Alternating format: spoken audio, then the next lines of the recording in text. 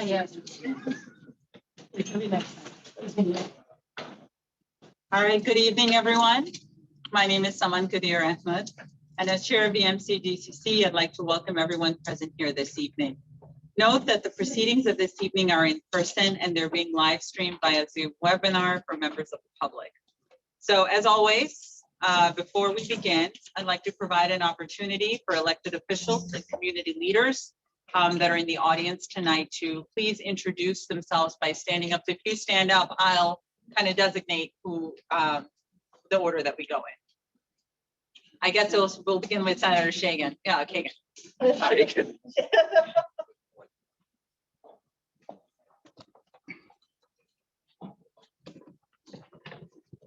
Oh. Cheryl Kagan, very proud to be the senator for District 17, Gaithersburg and Rockville. Thank you all for participating, for your leadership, and for the infinite amounts of time you've put into this process.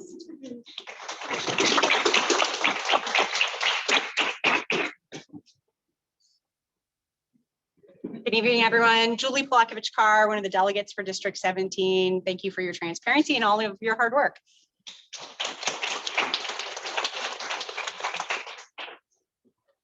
Lisa Henderson, Council Vice President for the City of Gaithersburg. And John Ashman, Mayor of Gaithersburg. And again, thank you all.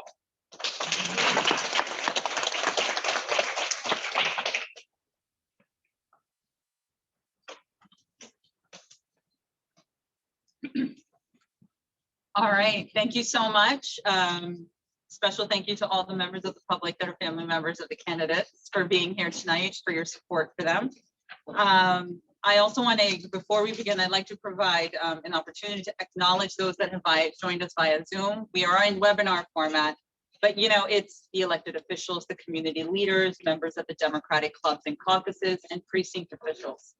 And before we get into a little bit of housekeeping, I should ask myself as well. So please silence your cell phones. While this is a public meeting pursuant to our rules, we ask that non-members refrain from asking questions or making comments during the MCDCC proceedings.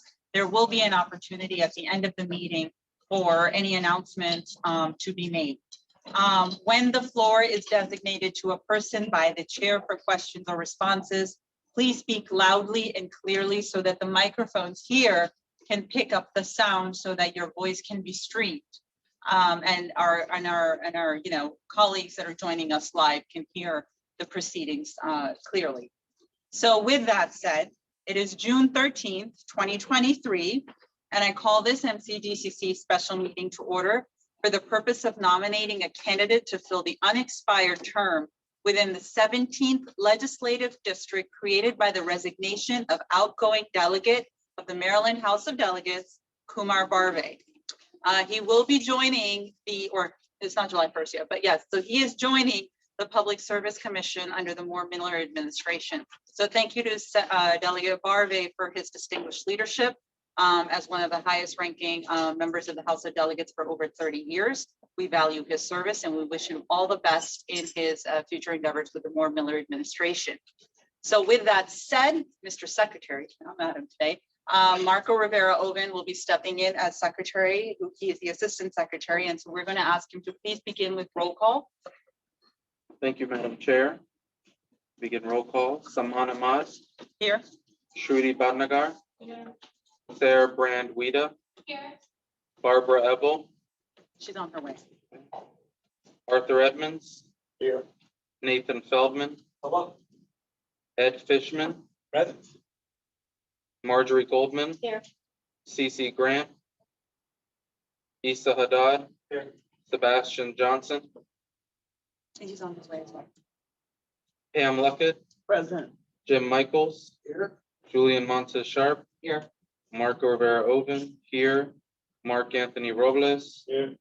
Rebecca Rosales Castillo. Here. Andrew Sandri. Present. Lisa Smith. Here. Jason Spiegel. Here. Michael Tardif. Here. Michelle Whitaker. Here. Peter Witzler. Here. Teresa Warman, absent, vote by proxy. Thank you. All right, can I have a member please move to make a motion to approve the agenda? So moved. Any seconds? Second. Approved.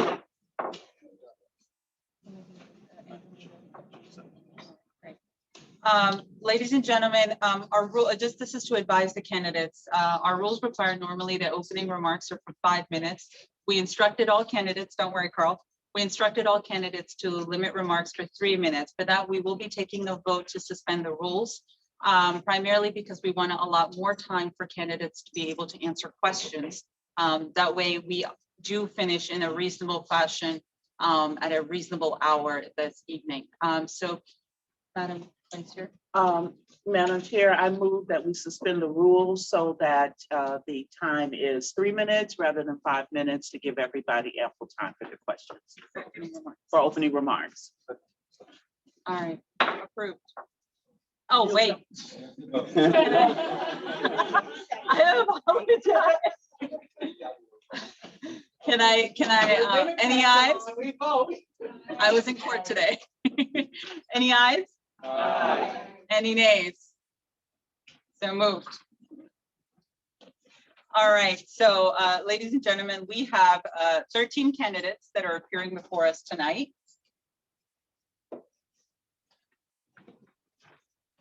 The candidates that will be appearing on today's ballot, I will read the names as follows. Josh Fisher, Julian Hafner, Susan Hoffman, Jennifer Hosey, Tiffany Kelly, Matthew Lee, Joby Lopez, Kevin Redden, Rebecca Smandrowski, Ryan Spiegel, Sabria Still, Carl Van Ness. Wonderful. Keith Vance is not here, and we had another applicant that had applied, David Doug Fallick, and he withdrew his candidacy. And we were informed that Josh Fisher will not be here tonight. He will be appearing on the ballot, but he won't be present at the forum. So with that said, we will proceed to opening remarks. We just took a vote, and so each candidate will have 3 minutes of opening statements. Note that the timekeeper, Julian Montez Sharp, will be keeping time, so he will hold up a card when it's 1 minute, 15 seconds, and time. All right, and we ask you to quickly wrap up so that we can get to the next candidate in the interest of moving this proceeding in a reasonable fashion. So with that said, we will begin this evening pretty straightforward from the left to the right for opening remarks. So Ms. Kelly. Oh, by the way, we are going to ask that all members all candidates that will be speaking to please come to the desk right here, so that way the audio is clearly.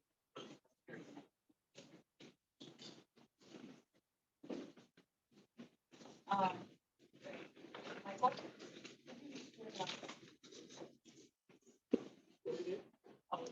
Also, when you have your placard, can you make sure that you face it towards the camera so that way members of the audience can see you. Kelly?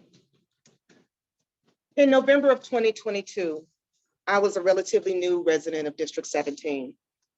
And there was an explosion in Gaithersburg that resulted in many families losing their homes and everything they had. The efforts of the people in charge and the systems did not serve the neediest of families well. In fact, it didn't serve many of them very well, but particularly certain families. As I helped them navigate to gain shelter and clothing and food, one of them said to me, "I have some questions for you." And he began to grill me. And I said, "Well, this is interesting." And at the end of the questions that he asked me, he said to me, "I want to be like you. I'm going to pray for you." And for someone that doesn't have anything to offer you a prayer when you think they want to pray just for themselves, it brought me to my knees. I said to myself, who am I that this man would say this to me? Well, my name is Tiffany Kelly. I'm a resident of D17. I step in when others step out. I step in when the systems that are supposed to take care of people don't. I step in when the officials ignore them, and I get it done. I make sure families are stable so that my community is stable. I make sure families are stable so my schools are stable. I make sure that I do what others won't, even when they're getting paid. My community is my responsibility, and I am grateful and I am humbled to be able to present myself to you today as a candidate for this seat. Thank you.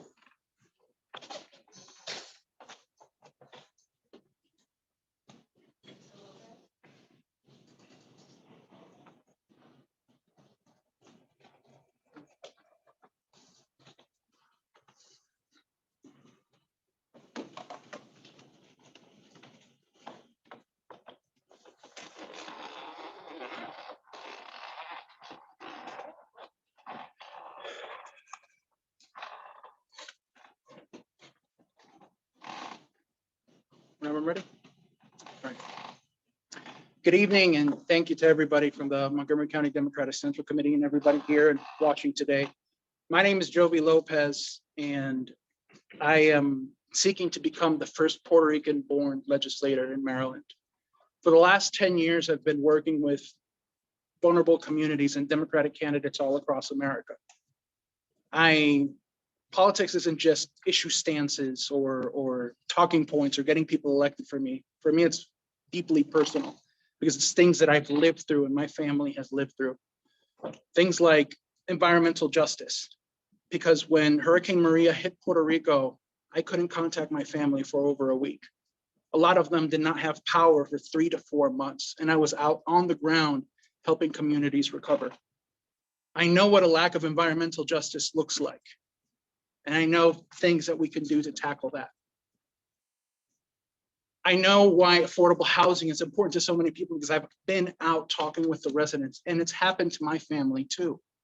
Because when my wife and I were hit with a 20% predatorial increase, we had to scramble to find a place to live. I believe in public education because my grandmother, my father, and as of next year, my wife is going to be a public teacher. I work with the Montgomery County Education Association and as a political action specialist. And I oversee the legislative priorities, but more importantly, I fight so that students and educators alike can get the resources they need to succeed. I believe in reproductive rights. I know what it's like to worry about a loved one not receiving the medical care that they need after a miscarriage. I believe in LGBT rights because I know what it's like to lose a family member during the AIDS epidemic in the 80s. I've been part of a community, I've lived in a community that was destroyed because of a mass shooting. I've seen that in the face of hate, they uplifted each other and they loved each other. And that's really what matters. I've helped countless community members find the resources that they need to survive and thrive. I'm here today because I want to continue my work with those communities. I put forth legislation to the benefit of the district, the county, and the state residents. As a legislator, I want to address how policymaking is interwoven. And we need to put equity in every bill that we put forth. We have to understand that education issues spill over into housing issues. They spill over into public safety and human rights. When we approach legislation, we need to take into account what our communities care for and stop dictating to them what they need to care for. Thank you.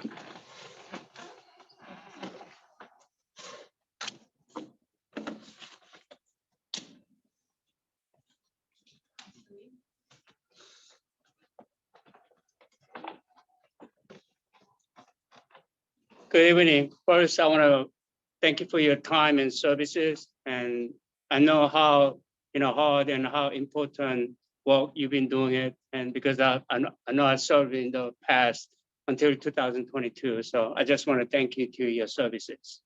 So my name is Matthew Lee. I came to America 41 years ago, and I was almost 19 years old. And I went to Baltimore Polytech High School.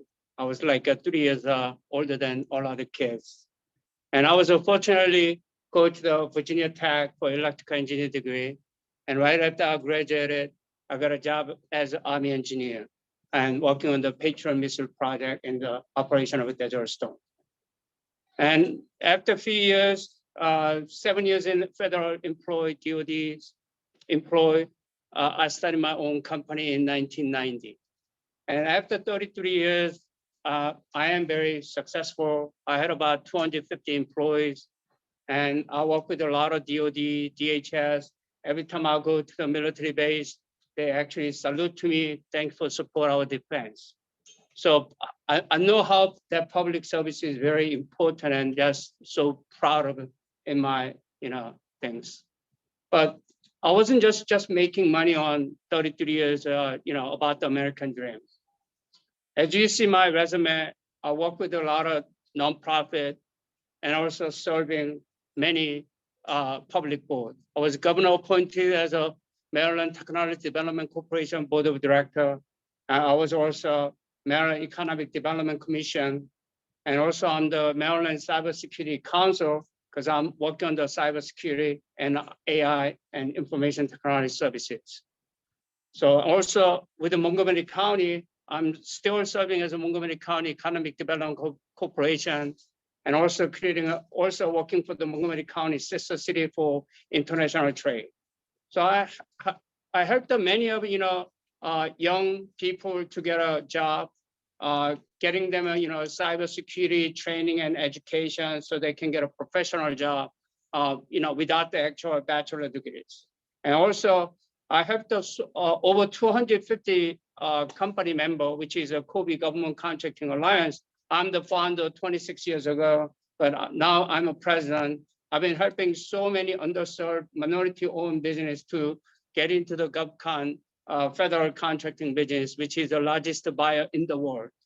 So one of them actually give some story is she actually selling that hair accessory at the Montgomery County Mall, and I helped her to get into the GovCon business. She's making a $9 million annual revenue. So that's only one of it. I have so many success stories with the dry cleaning and food service get into the GovCon business. So further, I'd like to explain to you about all this success story. Thank you so much.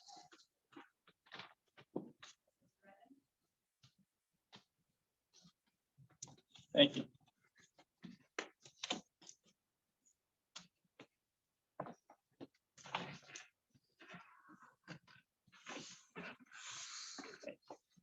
Good evening, everyone. My name is Kevin Reddick. And like I said on Wednesday night, I've had the good fortune of growing up in and around District 17 for the majority of my life. My grandfather and grandmother came here from Greece in 1956 and planted their roots right off of Wooten Parkway in 1974. We still own the house that my mother grew up in and that my grandfather bought all those years ago. My family's experiences as immigrants and non-native English speakers, particularly my uncle, who was in and out of the criminal justice system and struggled with drug abuse and alcohol abuse for his entire life, led me to pursue a career in law and civil rights.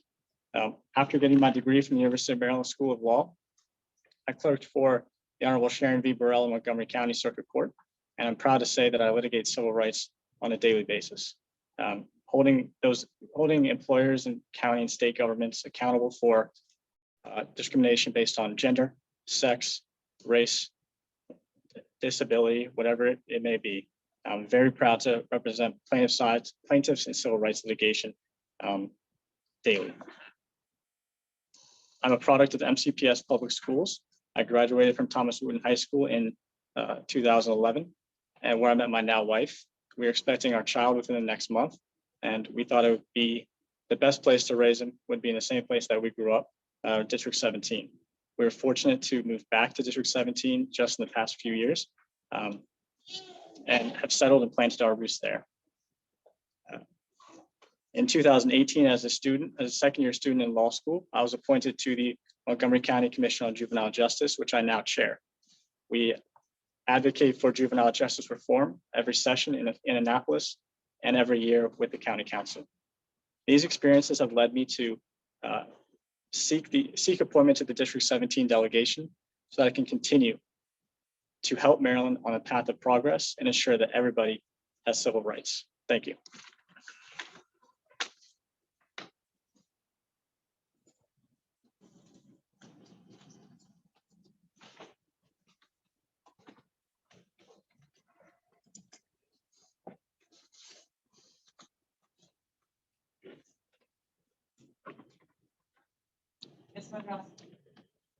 Should I start?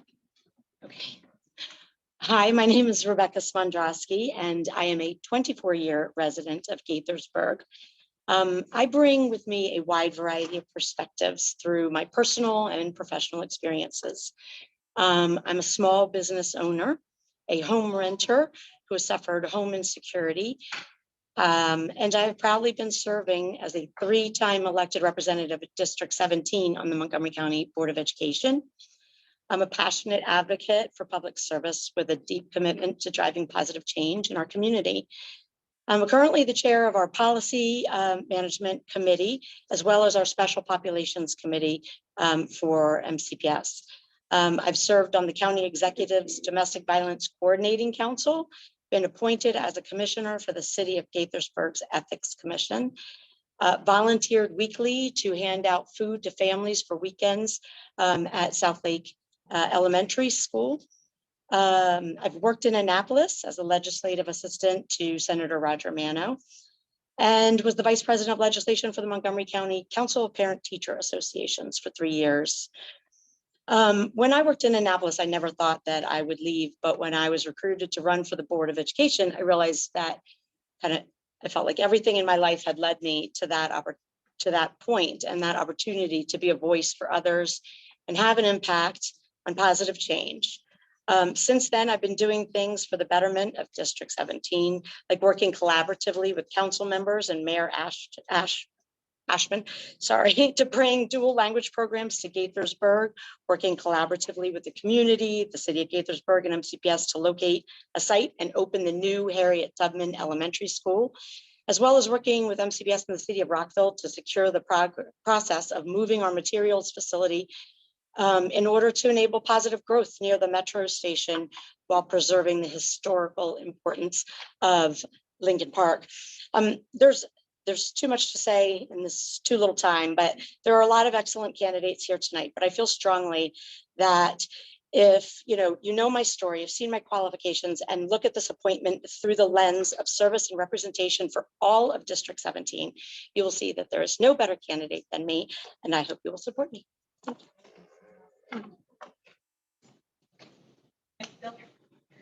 Oh, forgot to say. Thank you.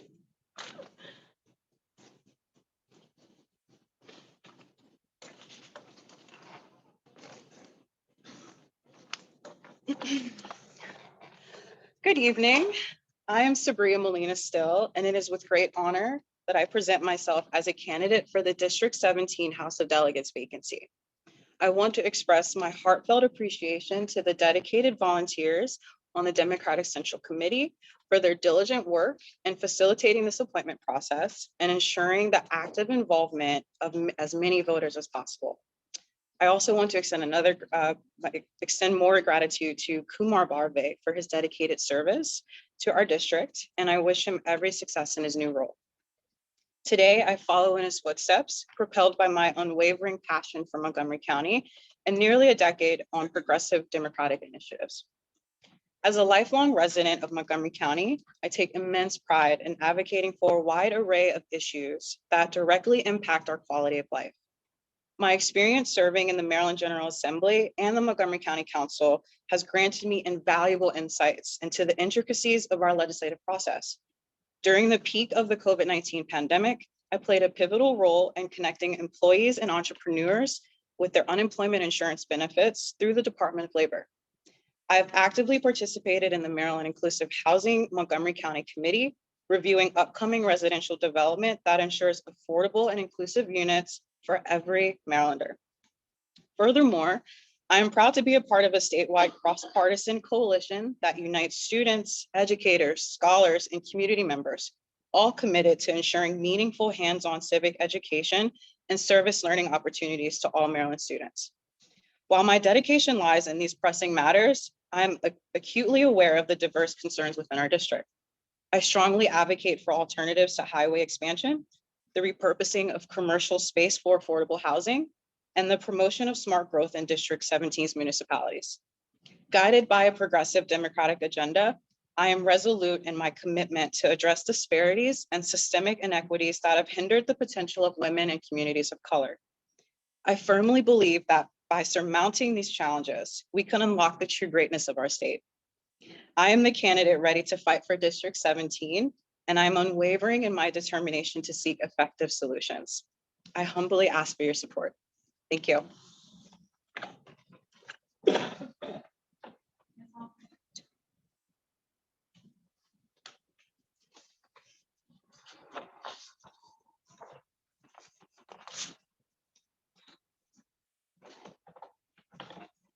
Good evening. There are three important things to know about me. One, I will be able to hit the ground running on day one of the 2024 legislative session and do a great job for District 17 and Montgomery County because, unlike any of my fellow applicants, I represented Montgomery County in Annapolis for 9 years as a legislative analyst, working on behalf of the county's legislative agenda. This included testifying before the standing committees and the Montgomery County delegation, working closely with our delegation members, attending the Senate and House delegations' weekly meetings, attending Maryland Association of Counties, MACO, Maryland Municipal League, MML, and the Big 7 counties bill review meetings, lobbying for Montgomery County's positions, and I often work closely with delegates and senators from other parts of the state, and even private sector lobbyists when our interests align. Two, I'm a lifelong progressive Democrat and community activist. I was raised in a union household by a single divorced mother who set a great example of kindness and compassion. I was raised to see all people as equals. My credo for legislation and its test is that it must attain equality for all. All persons must have equal access to higher education, be it college or trades, to economic opportunities, employment choices, and hiring, and we must address healthcare disparities. Maryland can do better. I believe all legislation must pass the litmus test to eliminate systemic racism and bigotry and to knock down barriers experienced by marginalized individuals and communities so that all may enter. I believe that is the democratic way, equal opportunity for all.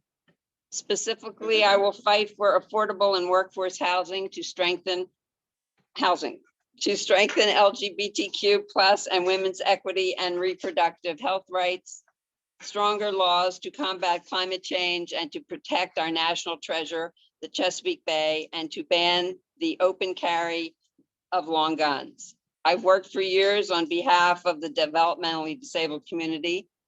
I was proud to serve as mayor of Rockville, as a 3-term Rockville City Council member, and as a Rockville Planning Commissioner. And finally, I pledge not to run for the District 17 delegate seat in 2026. I welcome your questions and I ask for your vote. Thank you.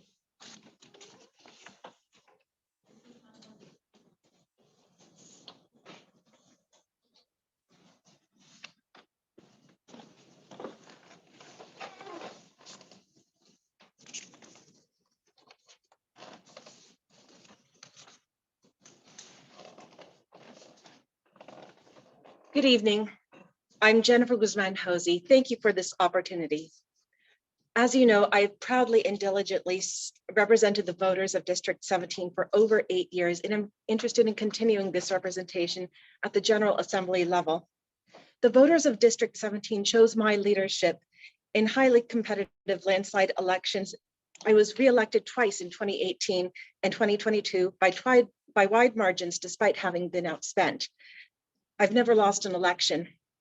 In each of my elections, I broke the record for the number of people voting for a central committee candidate in District 17 in competitive elections. I vastly expanded the number of voters interested in voicing their opinion on central committee candidates. My election victories serve as constituent support letters. If I were to become a District 17 delegate, I would be the only Hispanic woman representing Montgomery County in the General Assembly. My mother is 50% Native South American, Quechua and Aymara ethnic groups, and 50% of Spanish ancestry. There are over 100,000 Hispanic women in Montgomery County without anyone of similar background representing them at the state level. The percentage of Hispanics in District 17 is even higher than in the rest of the county. I do not take democracy for granted. While the fragility of democracy that we see in the United States today is unfamiliar to many, as a Bolivian American, it is not unfamiliar to me. I began my career in Senator Ted Kennedy's office on Capitol Hill, working on foreign policy and defense. I was chosen to represent President Barack Obama and Maryland's 6th Congressional District at the 2012 Democratic National Convention, where I was a pledged delegate. Later, I was an Education and Health and Human Services legislative aide in Montgomery County, Maryland.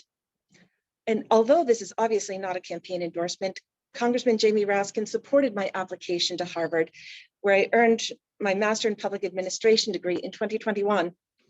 The Congressman saw both my hard work and fulfillment of responsibilities on the MCDCC. I mention this because I'm the first in my family to go to an Ivy League institution, and I did it with his encouragement. My legislative experience, political experience, education, and diverse background prepare me to continue an excellent level of service in the General Assembly as District 17 delegate. I'm prepared to get to work on the first day serving the people. Thank you.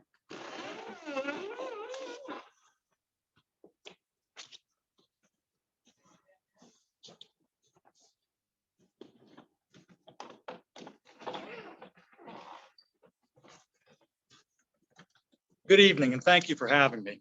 I'm Carl Van Est. I'm a husband and father of 2 Wooten graduates. My engineering degrees came from UVA and then Johns Hopkins. I understand data, artificial intelligence, and technology. Having lived in District 17 for over 30 years, I have the support of my community and several prominent representatives. Unlike most of my fellow applicants, I'll be a full-time representative. I'll have no other jobs or volunteer positions.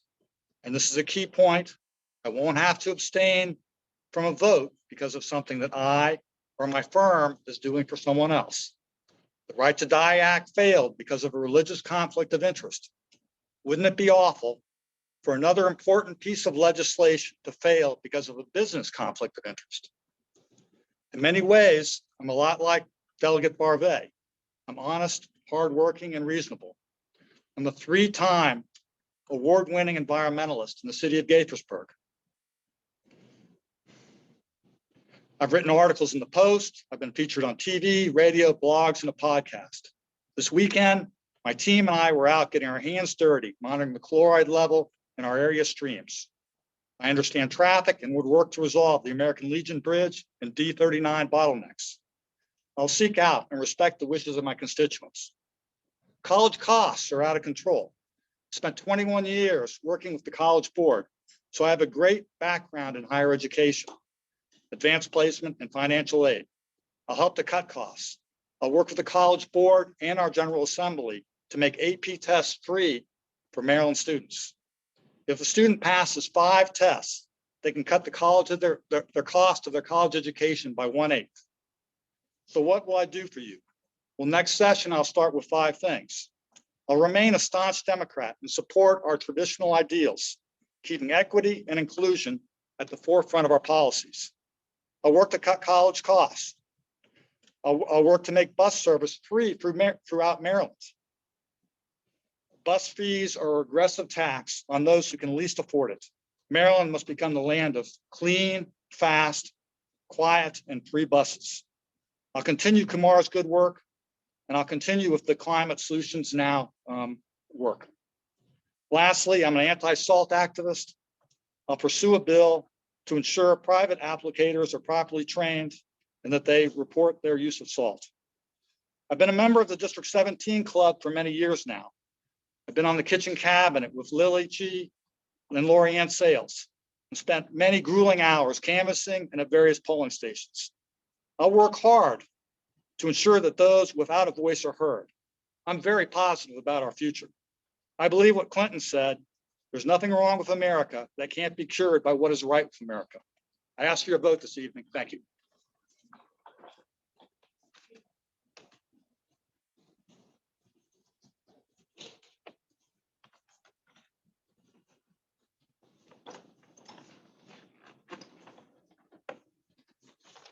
Well, good evening. I want to start with a very important clarification. I am not related to Jason Spiegel. No, I actually want to start. Tonight with a moment of gratitude, if I might.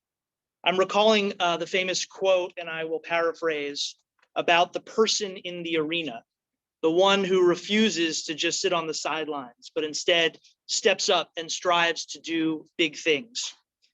All of you have chosen to step into the arena, ran for the Central Committee to serve our party and our county. You have approached the responsibility put on you by the state constitution in this appointment process with thoughtfulness and diligence. And I just want to say, whatever the outcome tonight, thank you for that. To the other applicants who stepped into the arena, I want to say I salute you, and I'm confident that all of us in our own way will continue to be committed to serving our community after today. Tonight, I want to ask the Central Committee to not just think of me as a guy with a resume. I feel deeply that each of the positions that I've been very privileged to have is an opportunity to make the most of that privilege, to do the most possible good. And behind each of those lines on a resume are the values that have driven me to fight alongside those who are struggling, to never accept the status quo, and to always do my part, whatever that part may be, to help bend that arc toward justice.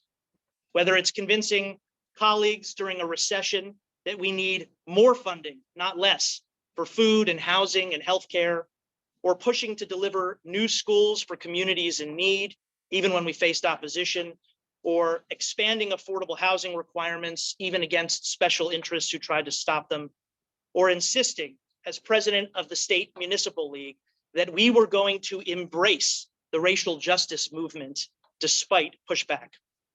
And it's not just about policy making, it's also about leading by example and doing the grassroots work, going to Annapolis and testifying for marriage equality long before it was accepted, staffing polling places as a voter protection lawyer, delivering boxes of food for our Gaithersburg hub, and fighting against all odds for 20 years for a pro bono client on Alabama death row, a Black man with intellectual disabilities who never got a fair trial.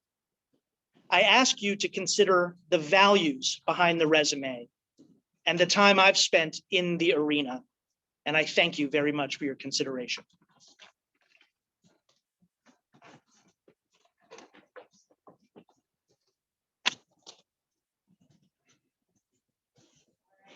Thank you for everyone's opening remarks. We will now proceed to the Q&A session. The Q&A will last 60 minutes, and each member will have 1 minute to respond to the question. And before we start, I also want to recognize that the guests and thank you so much. So we will begin with the center, and then move left, and then we'll come back to Susan. Oh, and my apologies, Grace Rivera Oven with the Board of Education.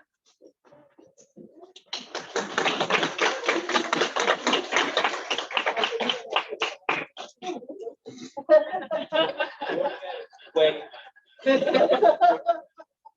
All right. All right, so can I get a show of hands and then we'll keep a tally of. Show. All right, that's fine for now.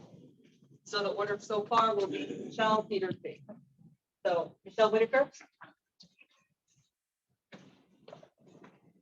Thank you, everybody, to all the applicants that are here. I always am really pleased to see the diversity that we have. I think, as was mentioned, one of you will be nominated, and the rest, I hope that you will, as Trudy is probably going to pass around the sign-up sheet for you to be precinct captains later. So we'll do that. But I have two questions. One, will you, if you are appointed to be a delegate, will you support ranked choice voting for local elections, as well as consider special elections for things like appointments? And secondly, if you are not appointed, how will you continue to be engaged in the community outside of what you've talked about today? Two questions. I signed them all up for precinct. Yes. Yeah, I signed them all up for precinct. First one was a two-part question.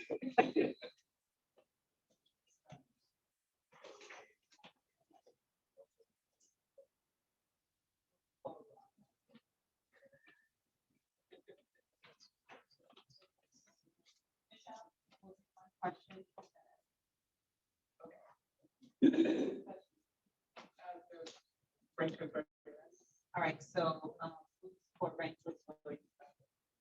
So still. And the Julian will be time part 15 seconds.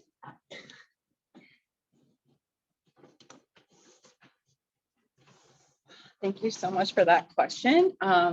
I will support ranked choice voting. I had missed the opportunity to actually testify this past legislative session. I spoke with Mayor Jeffrey Slavin, who encouraged me to come, but that is something that I definitely will support. Thank you.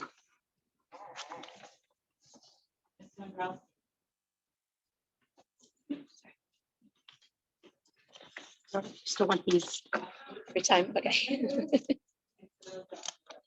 Gotcha, okay. So it's an interesting question. I feel that I would like to get more information about the ranked choice voting. It is something that I feel inclined to support, but I do know that there have been discussions that kind of bring up different issues that I'd want to look into further, but I 100% absolutely support special elections.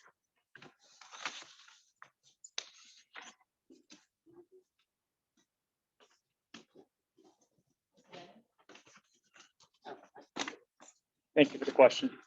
I would support both ranked choice voting and special elections. And on principle, I think both of those increase the viability of democracy and the access to democracy by our average residents and citizens. So thank you.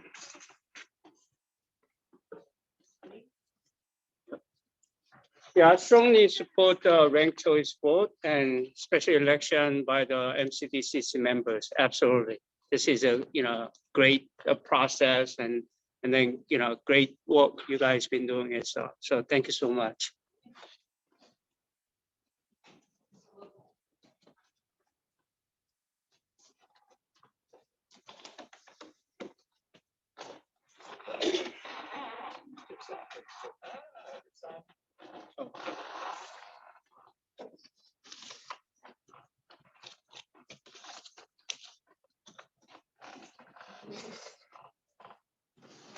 I absolutely support ranked choice voting. I think it is the most democratic way to get people elected.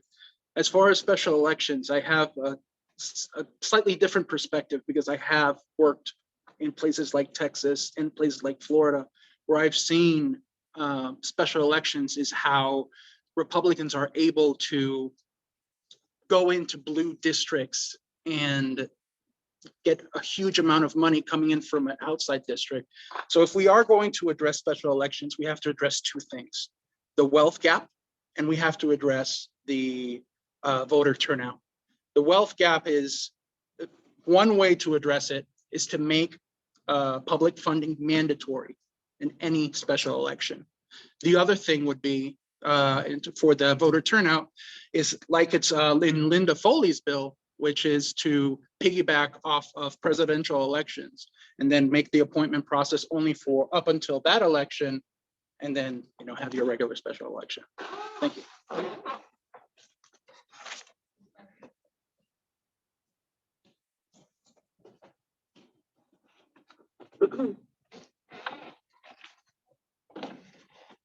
I do support ranked choice voting. On the surface, it does seem to be a way that would allow access to people that might not necessarily get it. I would like to do more of an analysis, which I have not done in the past, before I say I completely 100% do support it, but it does look promising. Special elections, I know that they do sound very democratic. I get that. I do know who's voting in my community. I do know who is elected in my community. And it's very rarely people that look like me. So I do want to put that at the forefront as we consider how we do this in the future.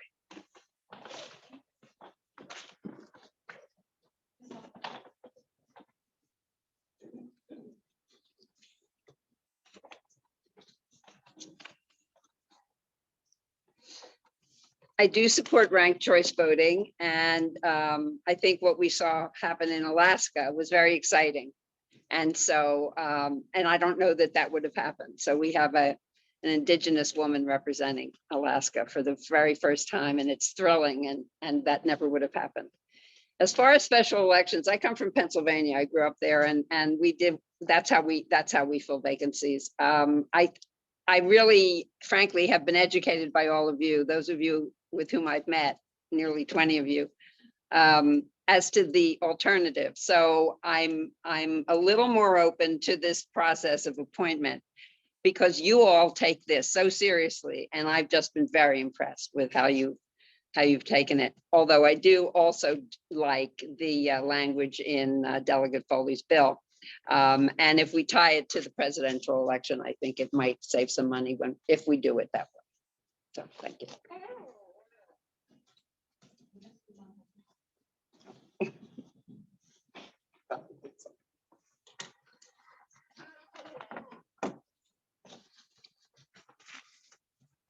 Thank you for the question.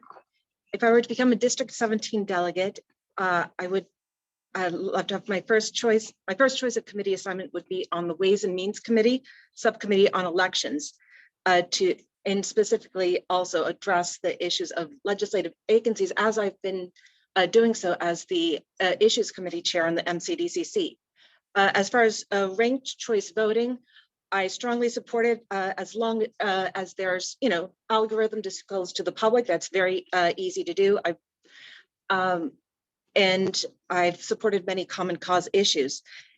And one of my first initiatives, should I have my first choice of committee assignment, would be to devote money and effort into studying how we might achieve a similar level of women and minority representation at the level of in special elections as we do in vacancy appointments, and be transparent with the public in a conversation on that. Thank you.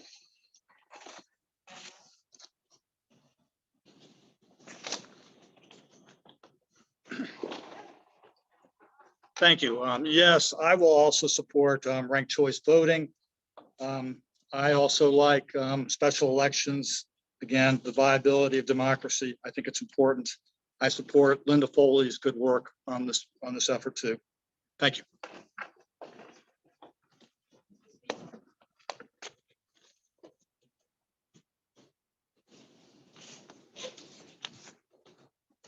Thank you. And yes, Ms. Whitaker, I have been a precinct captain in District 17.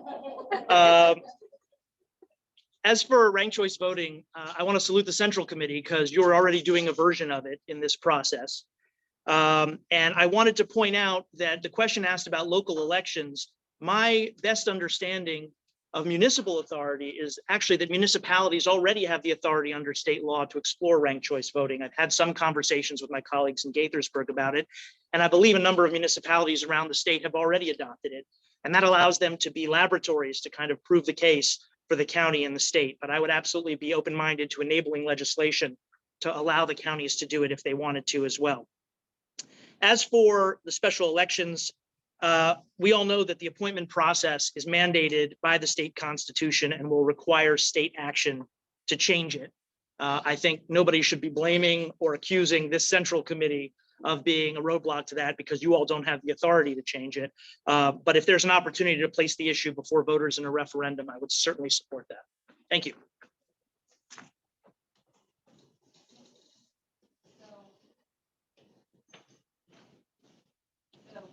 I just want to read the tally of the names because people have raised their hands.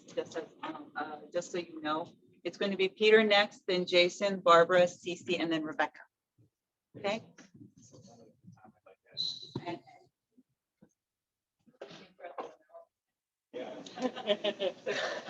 We'll be invited. We're at the hour mark. Mr. Whitson. All right, I'm going to start with a statement, then I have one question with 4 subparts. Sorry. Just kidding.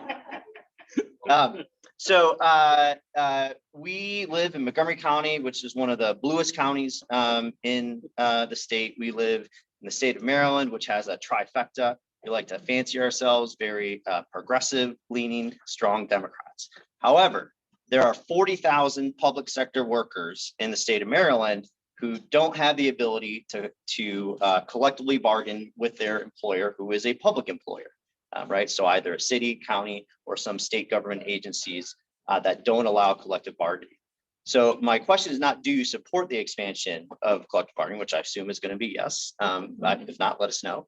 But actually what you will do and how you will do it to work towards expanding the collective bargaining rights of these 40,000 public sector workers and others who are don't have the ability to collectively bargain in the state. Sorry. Strike that reverse. Thank you.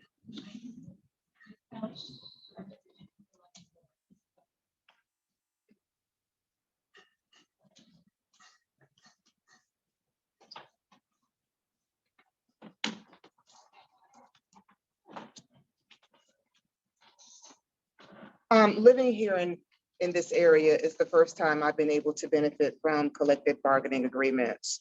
That really came into play during the COVID-19 emergency. And the expansion of collective bargaining is essential if we are going to address the needs of the people that are the absolute neediest, which does include public service workers. How I would expand that, I would really need to talk to the experts on that, and I would assume that Mr. Witzler is one of those. That is something that I have not had a lot of experience with, but I do know is absolutely essential to the workers in our state. We are often the example for others, and I believe that that is one area that we could definitely begin to show the rest of the country how this needs to look.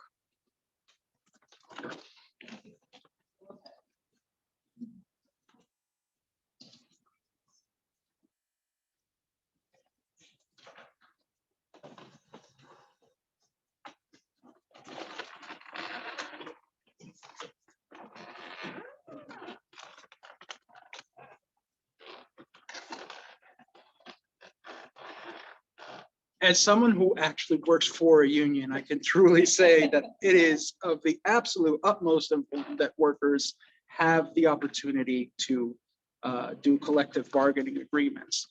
It's really about coalition building. If we're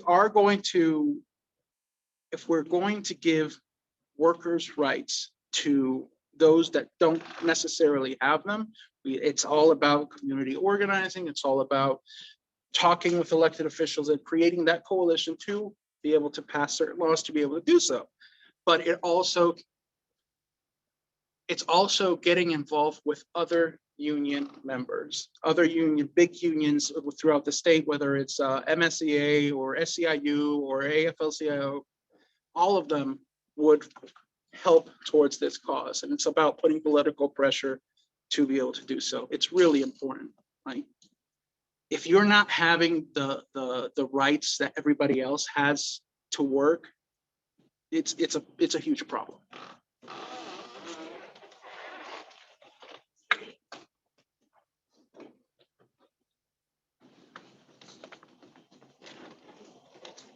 So for me is, before I came to America, I was working in South Korea and 12-hour hard labor, and I was making a $3.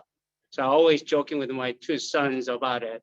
They kind of not, but this collective bargain is very important. Especially I was 7 years in federal employee, and also I have this government contract that requires collective bargain. So through this kind of a, federal contracting or state contracting, that we need to create those kind of, some of them mandatory for those collective bargain, then it will probably draw that, that require the union members. So that's how I believe that. Thank you.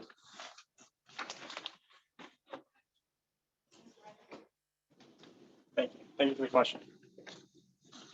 So I think at its heart, in order to become unionized, you need to organize, you need to fundraise, and you need to have contract negotiation, right? I think all of those can be accomplished by the labor themselves and the relationships that people build within the actual company or agency or whatever it may be. But oftentimes you need to have counsel. I think a good step would be to provide either pro bono counsel or state funded counsel to help employees and labor who are attempting to unionize but who are being blocked by their employer, capital, or whoever it may be, so that they can move forward with the progress without having to incur the cost of private counsel, which oftentimes is a barrier to situations like this. Thank you. Find my name tag. I'm gonna take my name tag.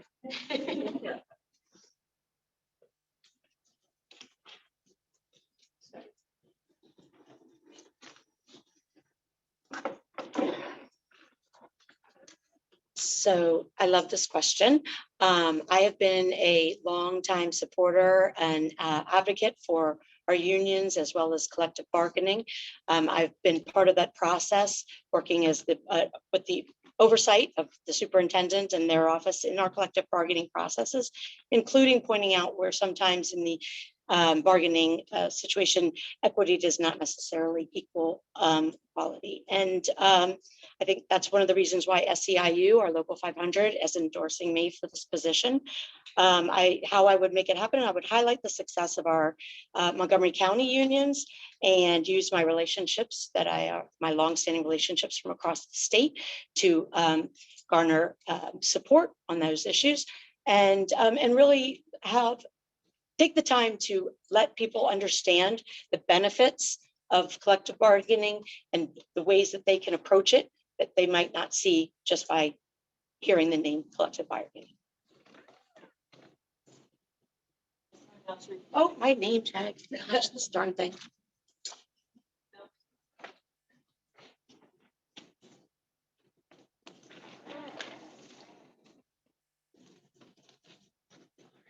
So thank you for that question. I really good on my toes. So that's a question I wasn't prepared for. And while I'm not an expert on the topic, I have absolutely been an advocate for workplace protections and workers' rights. And so while that I know is a growing topic within our county and our state, I know that can be a number of ways that we can protect our workers. And so along with that, as well as unemployment insurance and questions of HR and how best we can enhance practices to cultivate a workplace culture that is going to look a lot different than what we are seeing now after COVID. I'm very excited to talk to coalitions and other people that unionize and organize to really understand this topic a lot better. Thank you.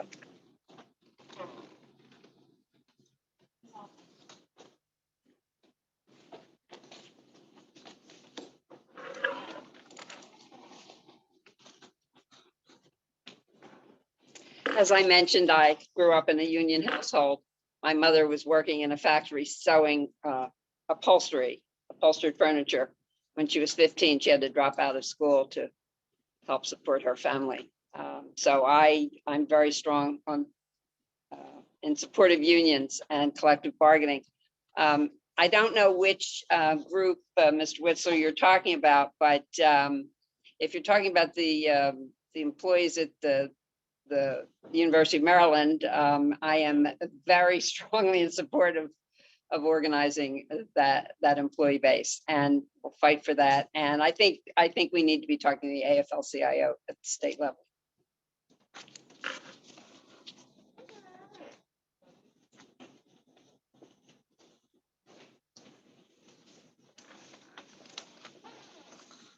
Thank you for the question, Peter.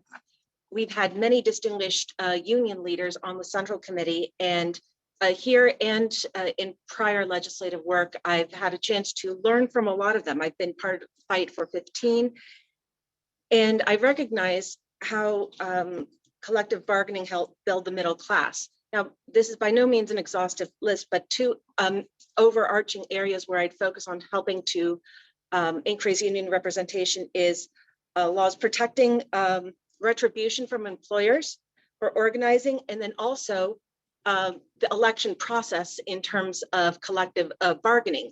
And again, that's something that I've learned from union leaders on the Central Committee. And I've learned so much about how election organizing processes for unions is as involved and takes as much security and protection as elections in the public. Everything from a secret ballot versus open ballot to meeting spaces. And so working with union leaders who are more of an expert. Thank you.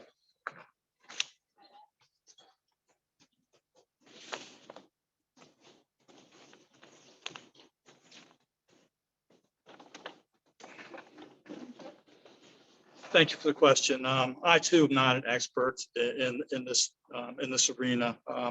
I would support collective bargaining though, and the way I would do that is I would meet with the major organizations and maybe with you, Mr. Whitzel.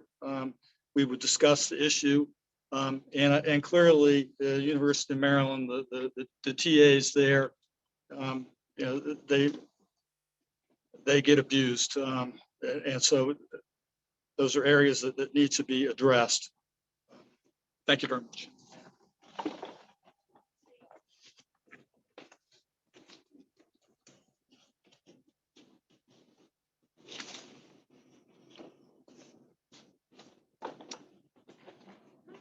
Thank you. I was a TA at the University of Maryland a long time ago, so no, I definitely appreciate the issue.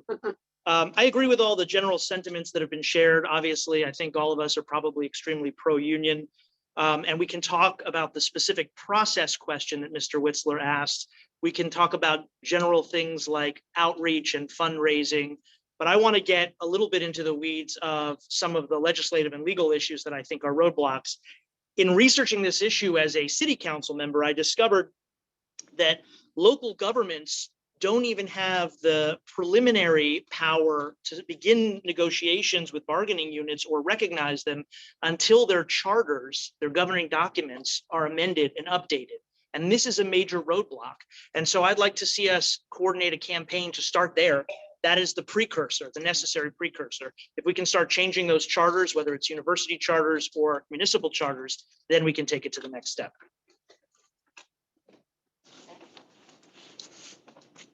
So next question.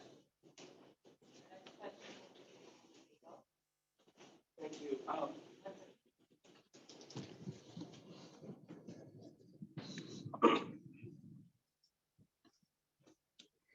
All right, this year the General Assembly had to operate within the constraints of an approximately $450 million budget shortfall. How will you prioritize among your policy positions in an era where funding may be constrained and we can't afford to do everything? Thank you. So, because we have started from the left so many times, we'll just speak over it. Very well, thank you.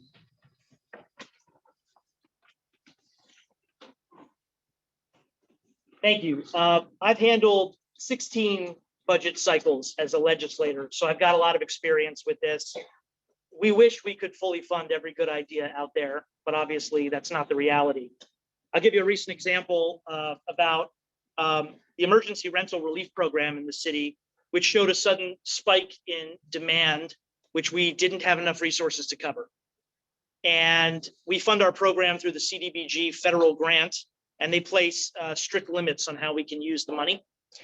So we had to change the parameters of eligibility to prioritize households with young children, seniors with mobility and accessibility issues, adult dependents with serious health issues, and move those applicants to the front of the line. And that kind of decision is really heartbreaking because you want to be able to help everybody, but you can't. Obviously, if you can generate more revenue or move money around, you try to do that whenever you can, but it's not always workable. And so you have to make those tough choices. And that's the experience I'll bring with me. Thank you.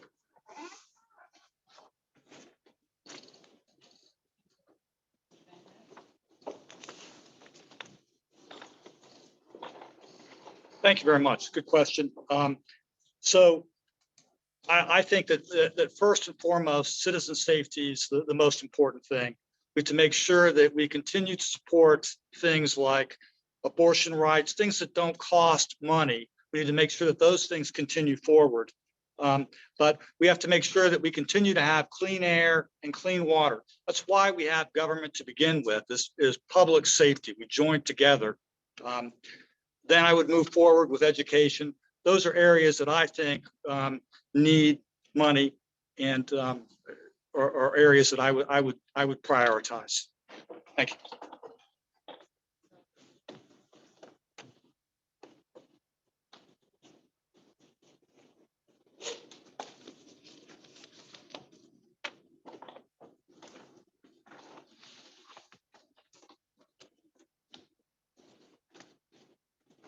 Thank you for the question, Jason. That is a particularly relevant question and when you're regarding the hard work of legislating.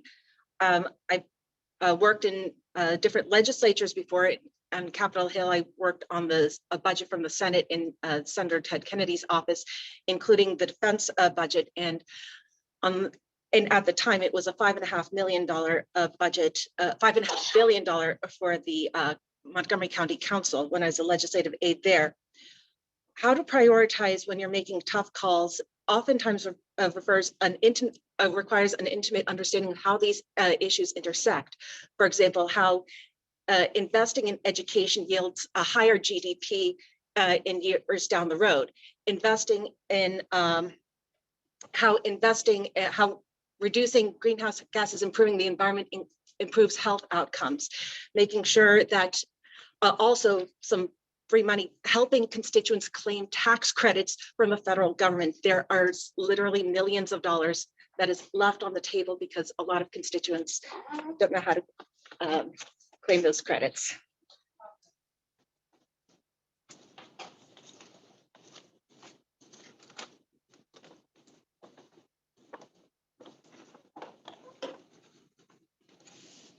As a great Democrat, a great progressive Democrat once said, Hubert Humphrey, governments are judged by those who they help among the least of us.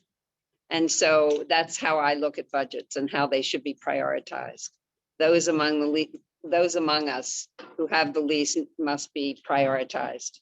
On issues that for which there is less funding, after we've taken care of things like clean air, clean water, education, public safety, those things are very important. We can look to find partners in the private sector, give them incentives to do some things, and so that we can maybe cover the whole budget and not have to cut it.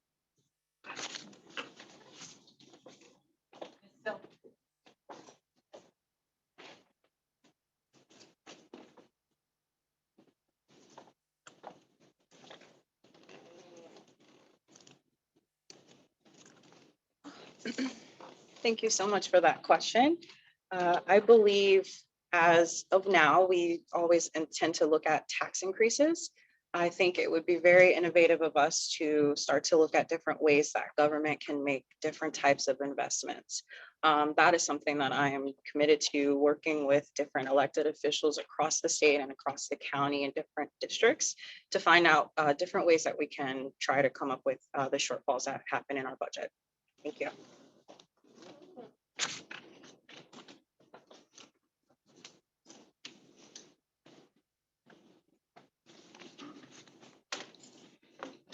So sadly, budget shortfalls is something I've been dealing with for over a decade on a pretty regular basis.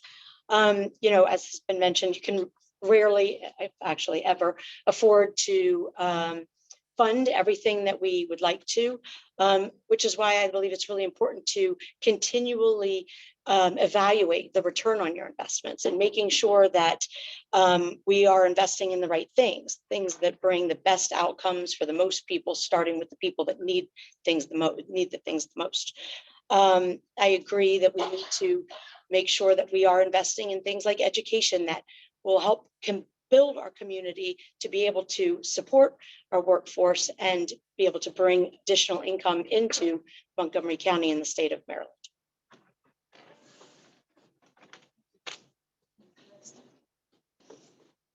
Thank you. I just want to be clear on the question. It's what would you prioritize or how would you prioritize? And I think my answer reflects sentiment that's been discussed previously, right? Those in need deserve the most attention. As I stated earlier, I'm a civil rights plaintiff side litigator. Civil rights do not cost money, okay? Ensuring that there is LGBTQI plus inclusive books in schools is a $0 issue. And everybody deserves them, everybody has them. And my priority would be to codify the civil rights moving forward. Thank you.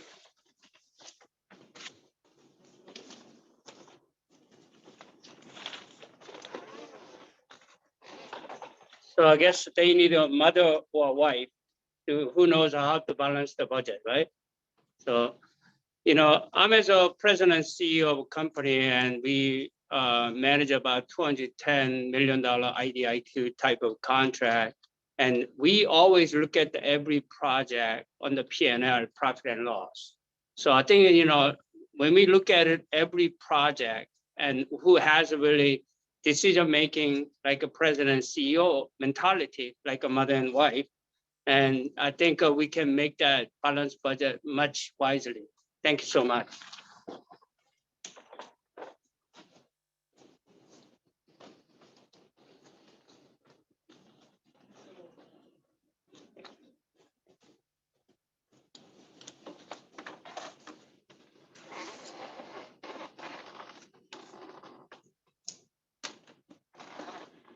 Going out of the pandemic, almost every single state in the country right now is dealing with budget shortfalls. That's the reality. How do we prioritize these things? We prioritize lives. That's how we do it. We need to make sure that the people that are in most need, like many of us have already said, are the ones that are receiving these monies. We need to make sure that anybody who, that their immediate livelihoods are in danger are prioritized. We need to make sure that education, of course, needs to be prioritized. There are so many things that we want to do. And of course, we're never going to have all the money in the world to be able to do it.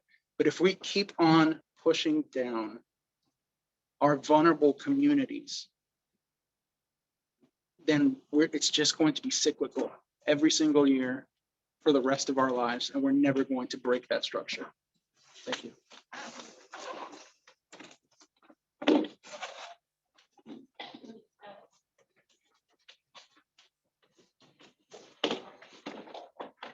I think we should consider a couple things. The first is perhaps the reasons for the shortfall. We should consider what are our greatest sources of revenue for the state. And my mind just starts to tell me it's time to focus on the future. It's time to be innovative and transformative. And my idea would be to increase the incomes of people as much as possible so that we can generate income tax revenue. Secondly, if we begin to look at the future, we will be sure that children that are born to those that are enduring struggle don't repeat the cycle, and make sure that they are stable and that they have the potential to earn as much money as possible outside of a minimum wage job. We do need to look at income, but as we look at bettering people's salaries, we look at bettering their lives and their stability, and thereby reducing the drain of safety net programs.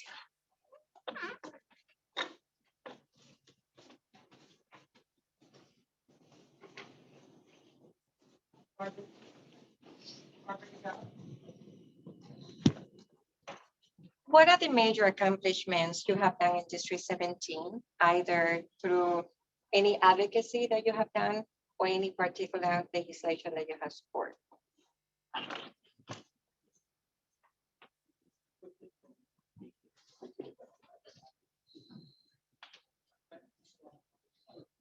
What are the major accomplishments you have done in District 17, either through your advocacy or any particular legislation that you have supported?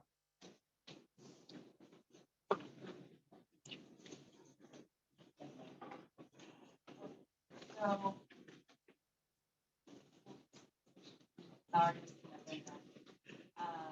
Rebecca Sandrowski.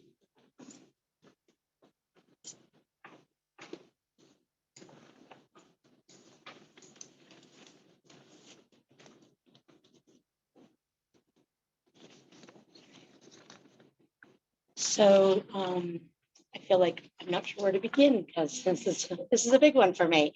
Some of my accomplishments that I've already mentioned, getting the new Harriet Tubman Elementary School open to address overcrowding issues in our schools in Gaithersburg, opening two-way communication opportunities for our residents in Rockville when we were looking at changing some boundaries, not getting enough representation from the communities that we don't often hear from, and enforcing going and knocking door to door to get feedback on people from people before making decisions that were going to affect their lives without them even realizing that it was happening. I've got MCPS to relocate their facilities management warehouse so that the city of Rockville is able to do some economic development right near the metro, including some affordable housing options. And, you know, and just bringing awareness to the issues of Rockville and Gaithersburg. Sorry, fast.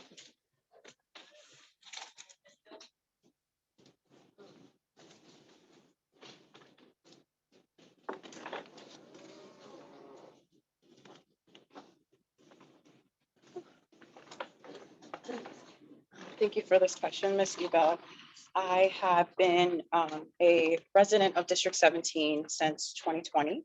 I moved into the newer apartments, Main Street apartments, which are 70 units that are affordable housing, and 25% of those units are dedicated to individuals with intellectual and developmental disabilities. They did not have a tenants association, which was something I activated the MoCo Renters Alliance to come in and, you know, just help everyone as a renter and also how to vote.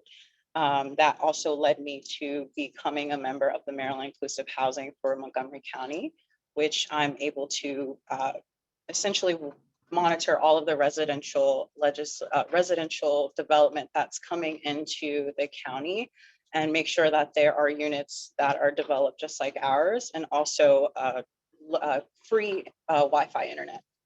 Thank you.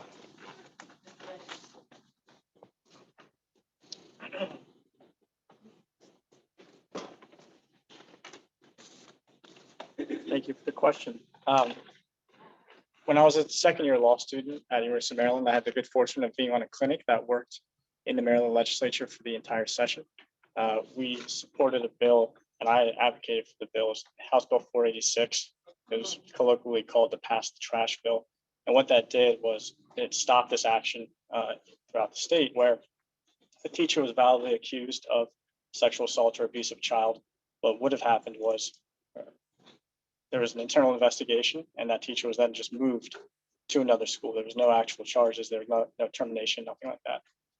When I was a student at Robert Frost in 7th grade, one of my classmates was sexually abused by a teacher of ours.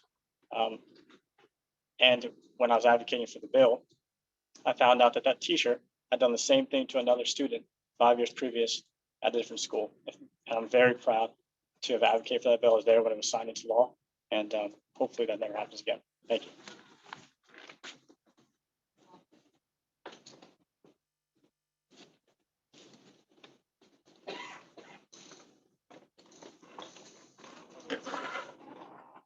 When I was mayor of Rockville, we had a great project that came to the city. We were working closely with the Montgomery Housing Partnership headed by Rob Goldman, and Artie Harris was involved, who's now, of course, on the chair of the planning board. And also Cheryl Kagan was a consultant. I think you might know who that is. There was a 50+ townhouse community of affordable and workforce housing. It was a gorgeous project. And the project passed unanimously among the mayor and council. And at the next citizens forum, a small but very vocal group came out in opposition, and 3 of my colleagues flipped, and we lost that project, and it's never come back. It was on the edge of Rockville Town Center. It was the perfect place for it, and nothing's been developed on North Washington Street since then.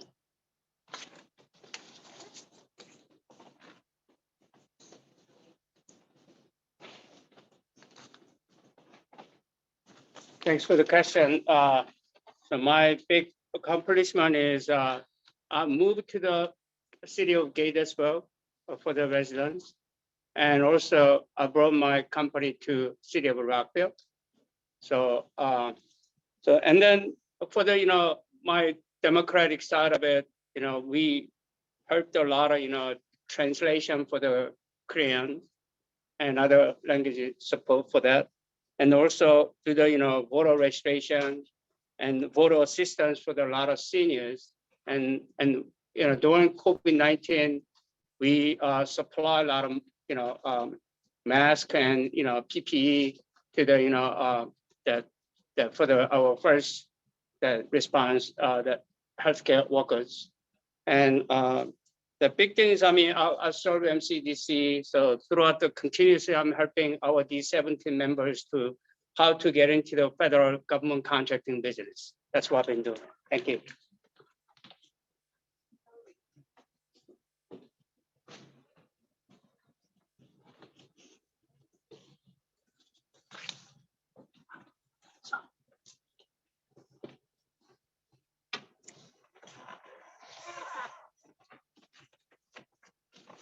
Thank you, Barbara. And I love this question because it gets right into the heart of what we're doing. I'm going to cite 2.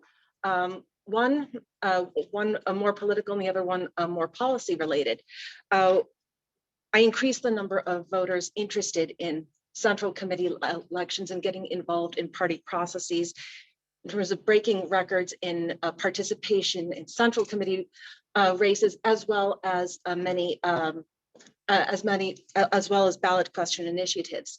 The other thing is when I was legislative aide for the county and we were working on increasing the minimum wage, an amendment that I did was to increase the use of the minimum wage in most of the art organizing was in District 17, whether it was St. Rosalima Parish, to Islamic organizations, to unions, to foster care advocates, to supporting the idea of making sure that young people do not experience poverty.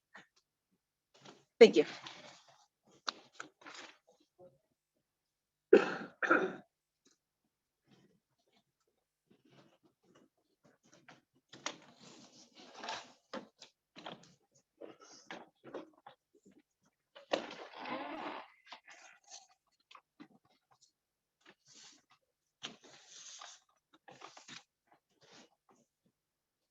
I've spent a lot of time talking with my with immigrant communities in my district. I've spent countless hours, whether it's doing translation services, helping people with their taxes, helping them navigate just documentation within the county, trying to help them get the resources that they need to survive, to thrive,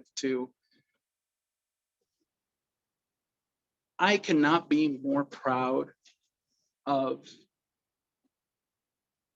the fact that I had people reach out to me and tell me how I can help. People who I thought would not want to get involved in this entire process because they feared their documentation status, and they were willing to stick their neck out just to be able to write a recommendation letter.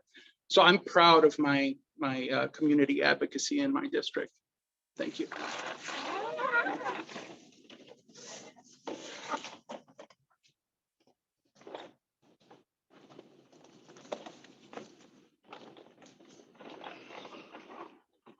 Thank you. Several things come to mind. I was one of many that helped push the Kerwin Commission set of bills, now the education blueprint for Maryland's future. I worked closely with Lisa Fuller and Joe Francovilli. I also work with the Sierra Club, David Mosher, and in the lobbying efforts with the D7 team on the Climate Solutions Now Act. Again, this is landmark legislation that we can help Kumar. We can thank him for. I've helped at local food pantries, and the big thing that I do is I get my hands dirty every other week. I'm monitoring the salt levels in our various streams. The salt levels are elevated. They are a health concern. They're also an environmental concern to the tune of hundreds of millions of dollars. And so I pushed Cheryl Kagan, Lily Chi to push legislation on those things. Thank you.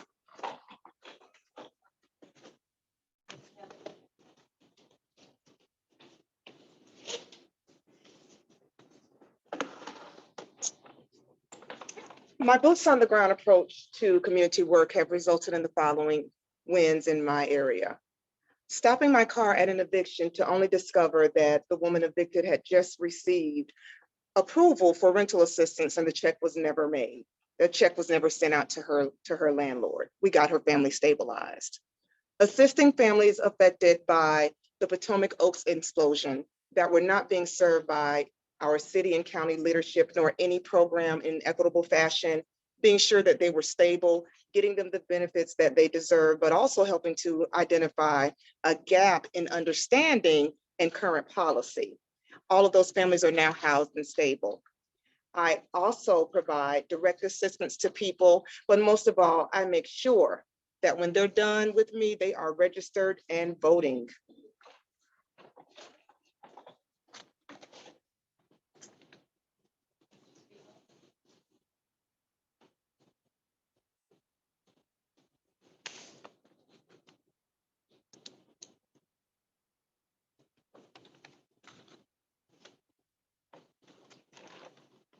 Thank you. In 16 years as a legislator, I've been really fortunate to be involved in a lot of big policy initiatives. I know that the packet that I submitted to the committee was thick, but I want to encourage you all to take a glance at this 2-page chart, which I tried to use to summarize some of those policy initiatives, including major DEI policies, green building codes, affordable housing programs, helping the city earn a perfect score on the Municipal Equality Index for LGBTQ issues. But I would say that my signature accomplishment is the Financial Empowerment Program, which I spoke of at length at the forum last week. So I won't make you all suffer through that again. But I do think the point of that program is to provide these multilingual services and break the cycle of poverty, precisely to do the things that some of the other applicants were talking about in their answers to the last question. And I'm really proud of the hundreds and hundreds of people we've helped with that program.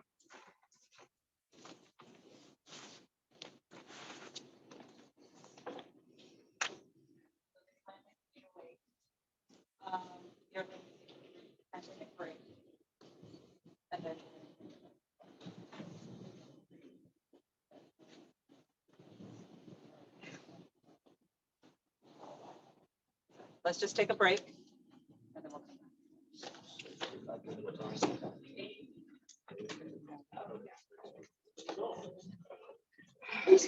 We're going to mute and be back in 10 minutes.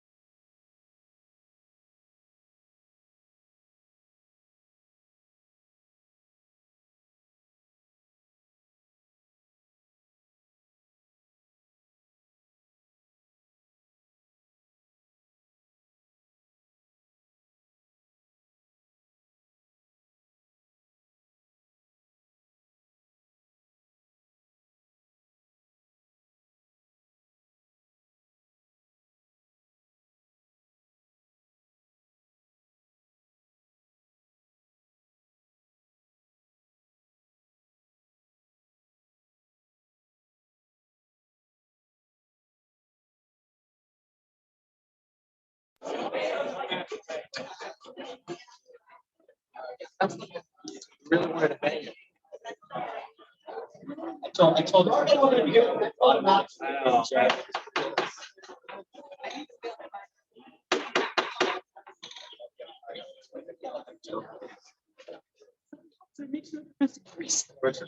She's taking selfies over there. Like official MCDCC.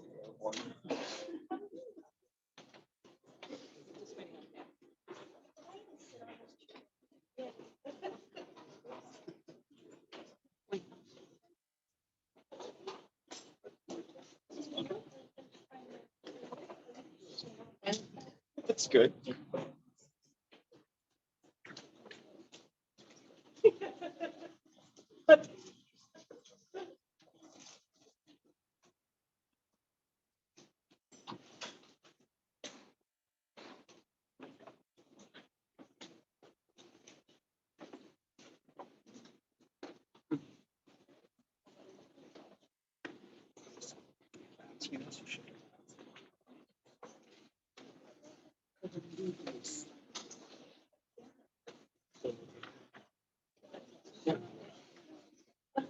All right, do we have all of our candidates back?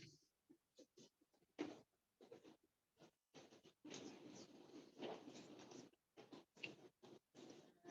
guys got a few extra minutes to stretch your legs, so I hope you're energized for the last bit. There is only going to be one more question because we finished with just 10 minutes remaining for Q&A. So with that, Ms. Rebecca Castillo, I would ask you to rise and ask the question. All right. Good evening, everyone. Given the food insecurity crisis, will you support universal meals in school? And if yes, how would you make it happen? And if no, why not? Thank you.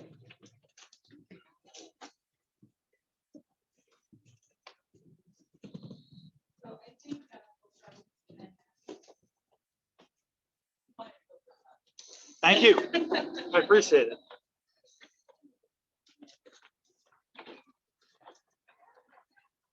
Got to say, yes, I would support universal meals in schools.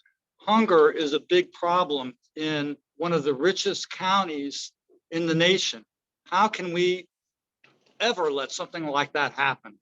It's an embarrassment. We have to make sure that the poor are fed, those that are disadvantaged are fed. But it's not just Montgomery County, it's the state of Maryland. We've got other problems throughout Maryland.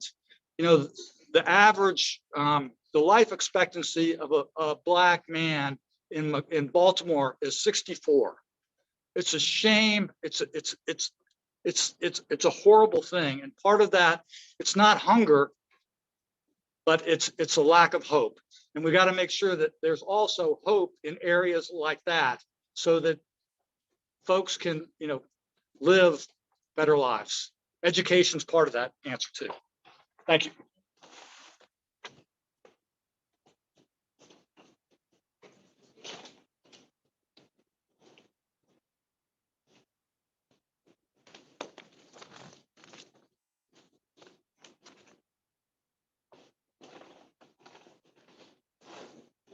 Thank you for the question. Before I was elected to the city council, I served as a volunteer on the city's educational advisory committee, where we served Title I schools and advocated for school programs and recommended grant funding and helped fill backpacks with food that kids could take home to their families.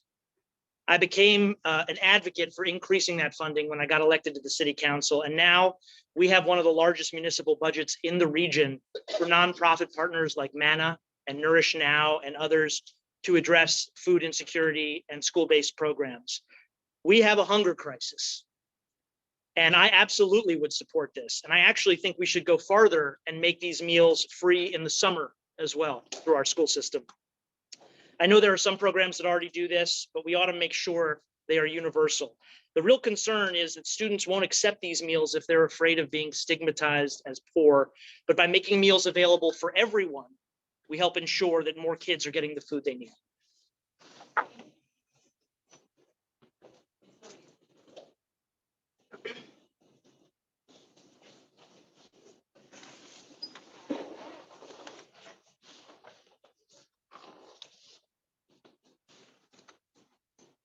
Thank you, Rebecca, for this wonderful question. More than a third of Montgomery County students are eligible for free and reduced meal, approximately 34%.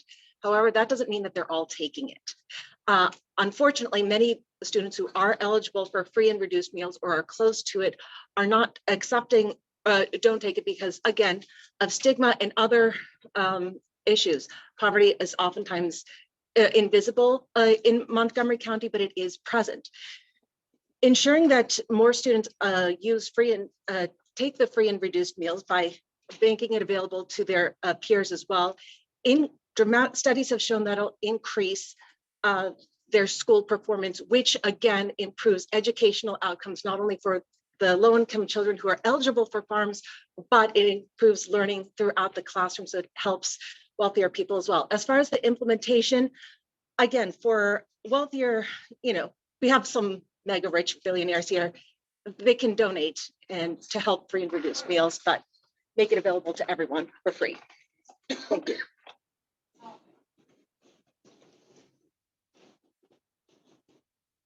Ms. Hosey. I appreciate it. I absolutely support free meals across the board. It should be universal, so there is no stigma.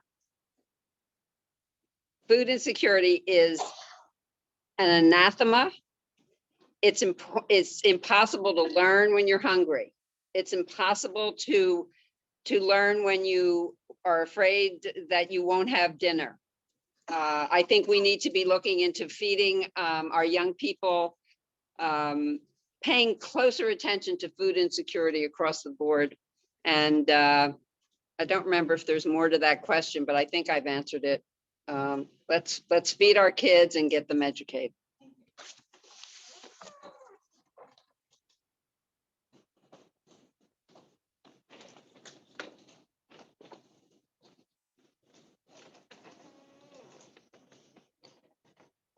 Thank you for that question. I have had a really great experience working with student activists across the state on this very issue. And so I've done some consulting work with students in every county that are seeing this issue, and it was absolutely exacerbated through the pandemic.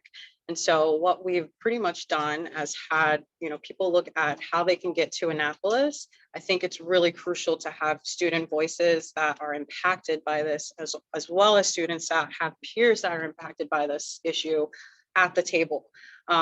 We can't continue to have these conversations about people that impact these issues that aren't directly being a part of the solution. And so I continue to do the work activating students. We have District 17 has a student member on the Board of Education that I've been working really closely with named Sammy.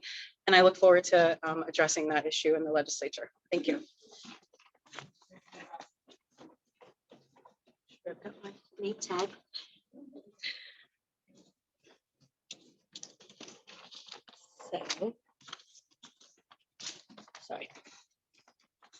So this is a great question. Food insecurity and food shaming, as was mentioned before, are huge issues for our students and our schools. So 100% I support it. As a member of the Board of Education for the last decade, I've been doing the work on this for a long time. The MCPS, I've been working directly with the MCPS Education Foundation for meal forgiveness programs, scholarships and things like that, fundraising opportunities, working with community partners to help support us, partners like Feed the Fridge, our county hubs, Women Who Cares Ministries, and giving out weekend food sacks for our students in need, and working with our local farmers even, and trying to figure out ways that we can bring some of our local produce into our schools and help contribute to the offsetting some of the cost of trying to provide free meals.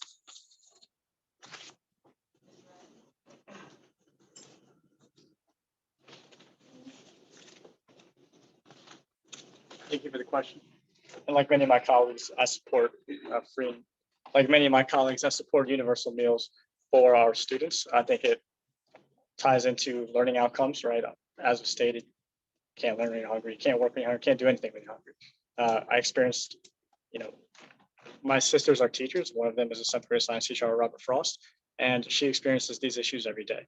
I also think that a piece of this is beyond just treating the symptom in schools, but also addressing food availability outside of schools by addressing discriminatory practices and where entities and corporations place their grocery stores, right?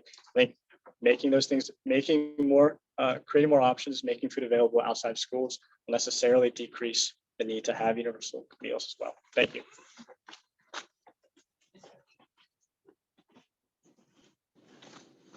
Yes, absolutely. There's no way, we have this, that hungry kids, in this, country. We are the top 5 in the world. How can it be like that? So fully supporting universal meal kit. And not only that, I think it can be job creation and economic development for a lot of, food restaurant business and retail business through this, providing a cafeteria service for the whole public school systems. Thank you so much.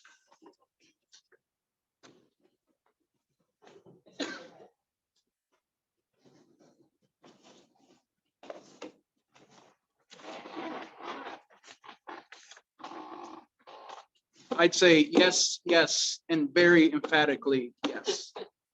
There is, I'm echoing everybody else. It's student who goes to bed hungry is not going to learn. That's really what it is. But what we need to do is we need to receive that commitment from the governor. And once we get that, then we can move everything else forward. But right now we're in a place where there have been cuts. And in our summer program, there's going to be cuts for the food service. That's where we are in Montgomery County. In one of the richest counties and with the richest state in the nation. It's shameful, but this is where we are. And we need to do more, and we need to make sure that everybody gets on board on it. Thank you.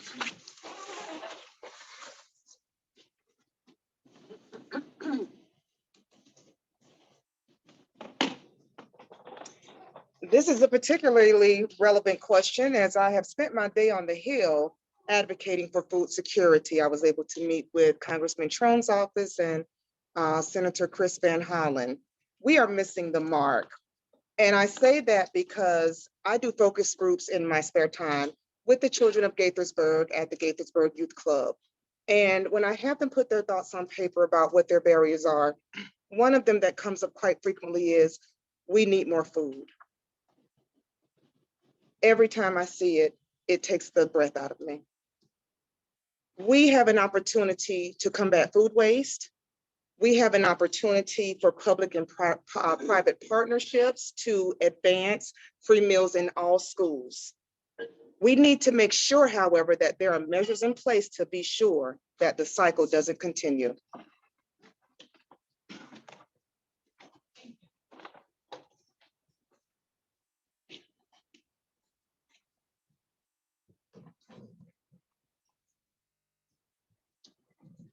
Thank you, everyone, for your answers to the Q&A. We really appreciate it as we deliberate. So we have now going to be proceeding into the closing remarks, similar to the Q&A session.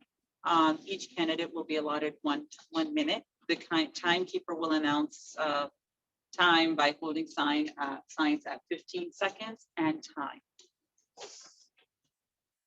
So with that said, we will begin with Mr. Spiegel.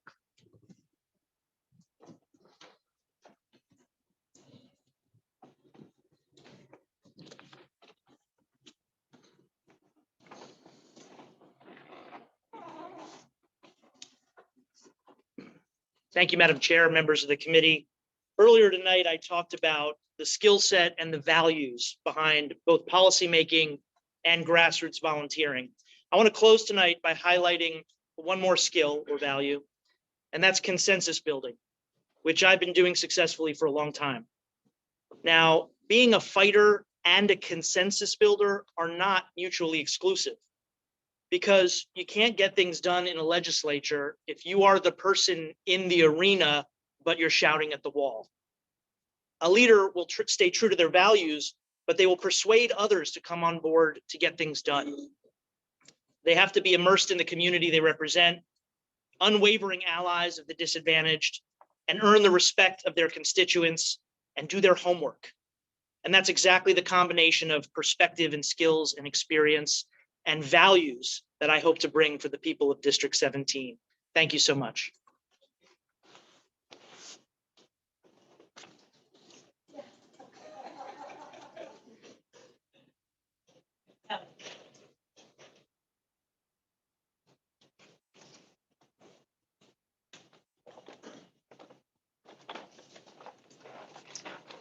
I have a very good friend and colleague that always says to me, things don't end wrong, they start wrong.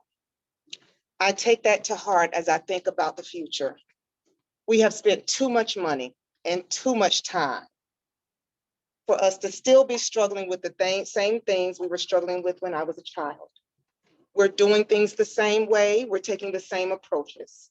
It is time for something new and fresh from someone like me that knows the stuff, knows the systems, and knows how to get things done. I have a tangible record that is easily accessed if you have Google. I want to say thank you for allowing me to be here because honestly, by all accounts and the statistics, I'm not supposed to be. I am determined to be sure no one has to go through the struggles that I did in my life. Thank you.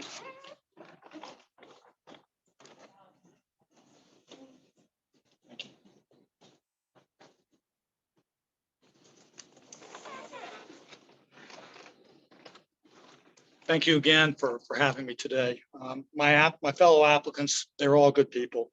And the one thing that differentiates me from them is my ability to work with my constituents outside of our time in Annapolis.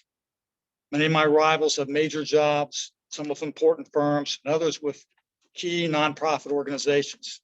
If I'm elected, I'll have no other roles. I'll be a full-time representative. I'll be free to work with a resident or a community organization in May or June or August or November. Also, I won't have conflicts of interest that may have conflicts that major conflicts have kept major legislation from passing.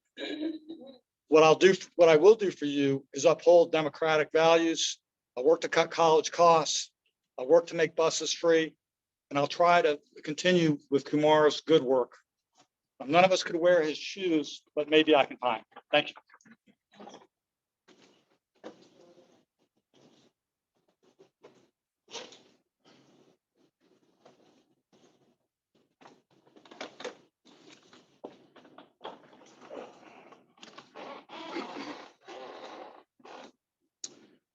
Thank you again to all the members of the Democratic Central Committee and everybody here today.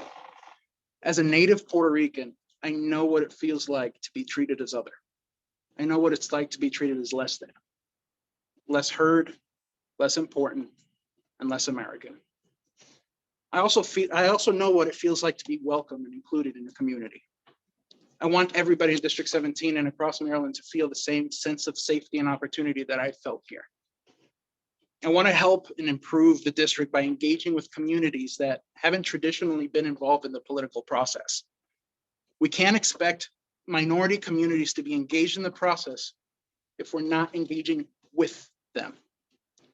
This means listening to them about their concerns and creating equitable and better solutions to issues that they face. I want that for them. I want that for my family, and I want that for our future. I leave you with this. There are 35 members of the General Assembly from Montgomery County. 3 of them are Latino. 1 of them is fluent in Spanish. Thank you.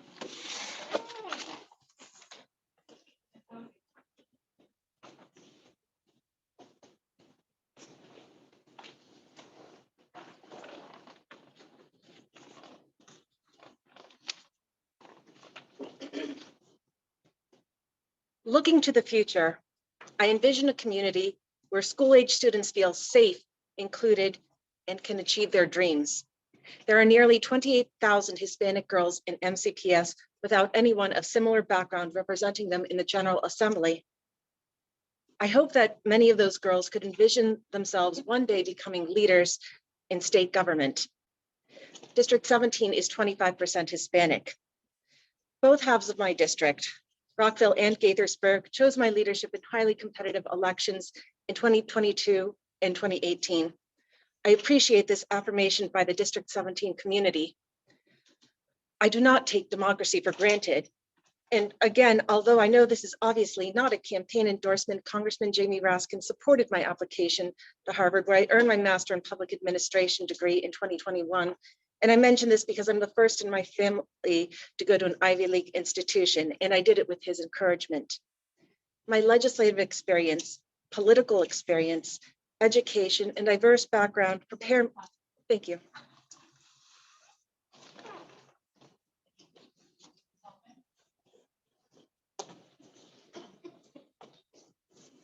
Ms. Hosey. Thank you. Again, I appreciate it, Susan.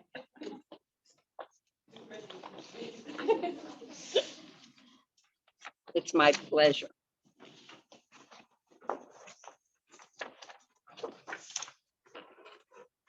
Earlier this year, I read a book that changed my life. Caste, C-A-S-T-E, by Isabel Wilkerson.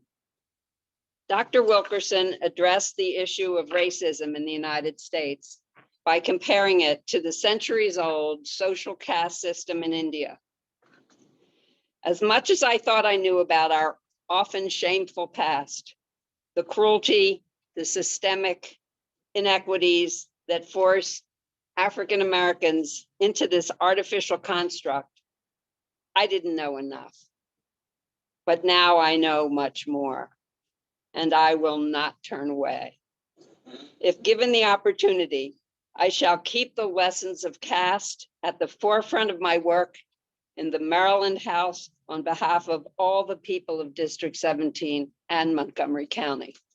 Thank you.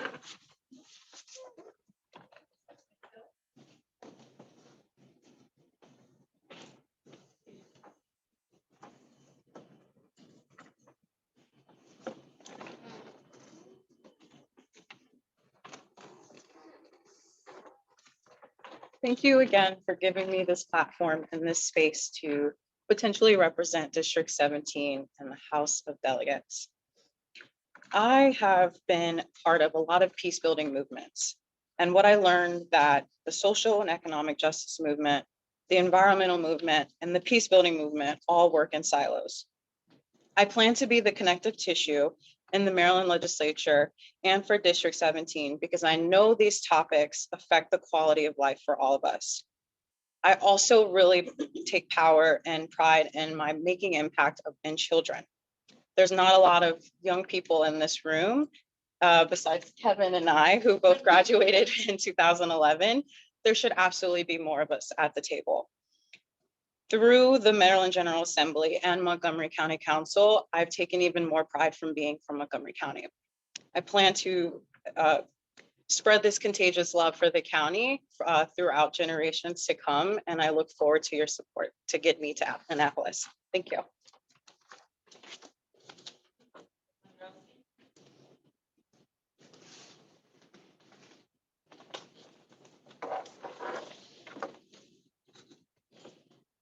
Okay, thank you. This process is difficult for me because the things that we're talking about here today really can't be adequately addressed in a speed dating manner with bumper sticker answers. They really do require time and understanding. And there was so much I didn't get a chance to say.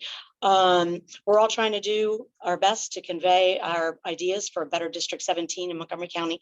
But when it boils down to it, it's important to know that I am the only candidate that has not only worked in Annapolis, but has spent over a decade dedicating my life to representing both the city of Gaithersburg and the city of Rockville every single day. I know the communities and the needs of our residents. My personal and professional experiences allow me to hit the ground running. And I think that is part of why SEIU, Byron Johns from the NAACP, Diego of Identity, the superintendent of schools, Senator Feldman, among others, has endorsed my candidacy. And I hope that you all will as well. I am someone who truly believes in the importance of constituent services, two-way communication, and fighting and doing what is right. Fighting for and doing what is right. Thank you.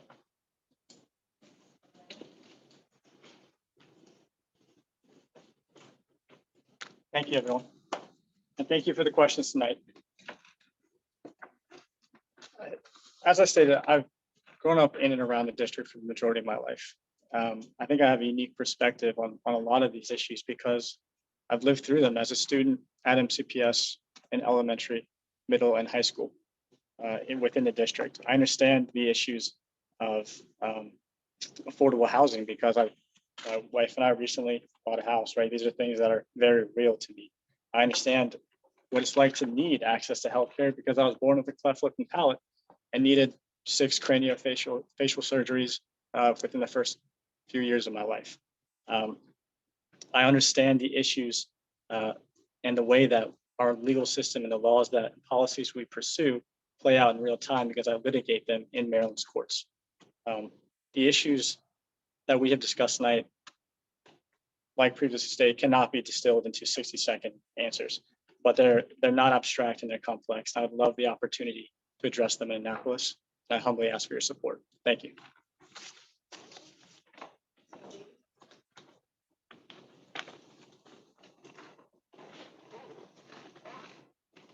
So thank you for your service again. You know, I have a unique, qualification compared to other candidates. And, living 41 years in Maryland, I've been in the Baltimore City, Charles County, Prince George County, Howard County. Now I'm at the Montgomery County. And I know every corner of Maryland because when I done the state contract for the statewide contract, also I work many of the local government contracts, local governments, and also now my focus is about 99% federal contracting. So I have a commercial experience, state, local government experience, federal experience, and not only that, my business experience. I have 2 successful sons who is a chef, 28 years old, and 30 years old as entrepreneurs, and they live in District 17. So I'm looking for your support. Thank you so much.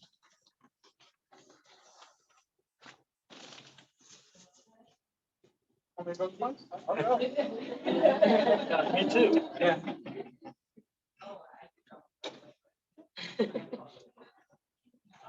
So.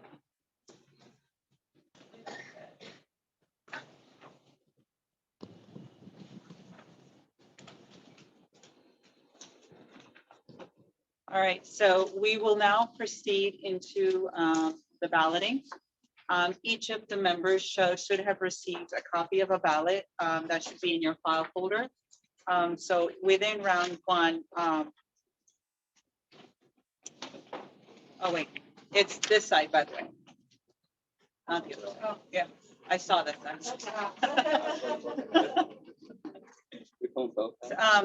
I do need to make one announcement prior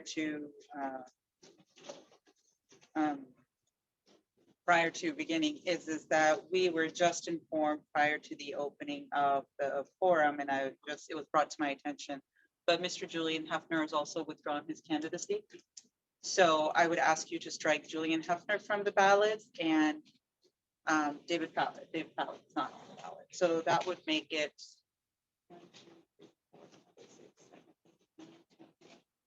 12 candidates on the ballot.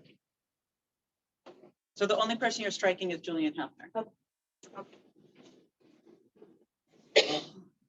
Because David Fallett withdrew and then he's not here, but he's on the ballot. He just couldn't be here today.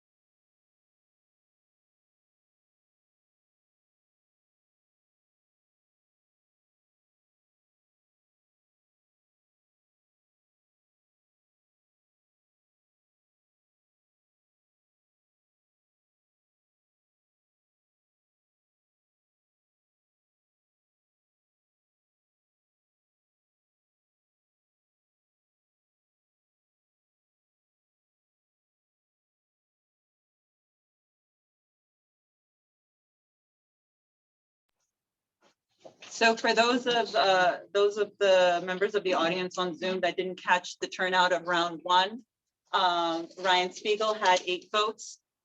Jovi Lopez had 7. Matthew Lee had 2. Tiffany Kelly had 4. Jennifer Guzman Jose had 1, and Rebecca Smandrowski had 1. So with that said, our rules require that those candidates that receive no votes or the lowest vote do not proceed to round 2.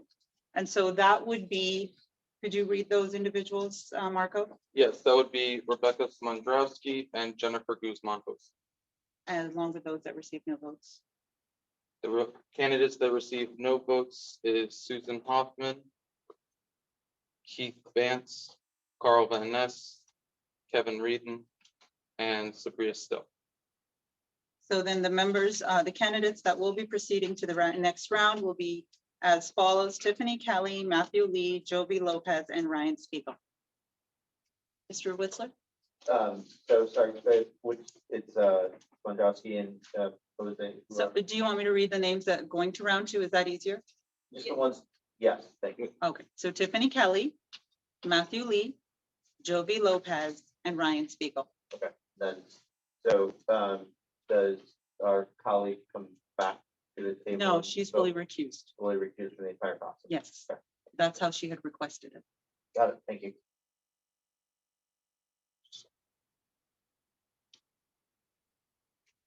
Repeat them again, I'm sorry. Tiffany Kelly, Matthew Lee, Tiffany Kelly, Matthew Lee, Jovi Lopez, and Ryan Spiegel are proceeding to round two.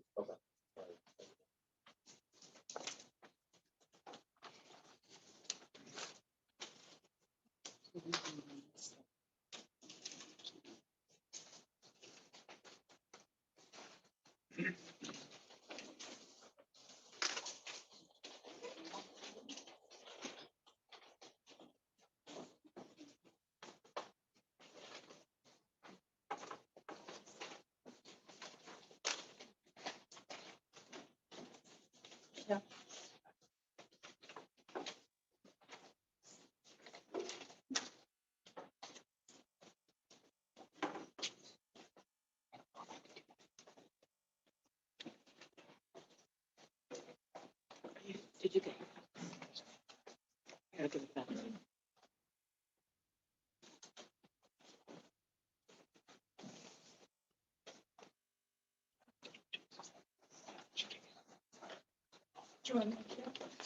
Thank you.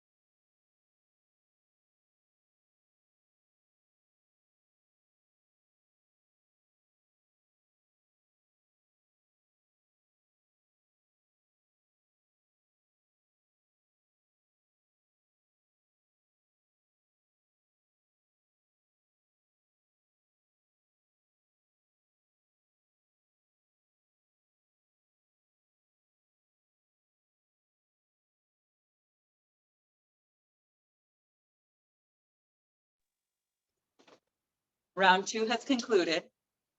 And the results will be read by the secretary. Again, we don't have a clear winner because the threshold is 13 votes. We're close. Wait, no, hold on. We had 23. We do have a winner. I'm sorry. We had a couple of recusals. Normally we have 25 members that vote. We have 2 members that are not voting tonight. So that would be 23, and we do have a winner tonight. I apologize for that. I was working on the 23 number, 24 number. So, yes, she's voting. No, Jennifer Posey is recused, and then Seth Grimes does not vote in vacancies. So 25 to 23. Are we unmuted? Okay. No, we're not. We're on slide. Oh, okay, good. We I are. just want to make sure that we're unmuted. Okay. Yeah. So the winner for the District 17 vacancy is Ryan Spiegel.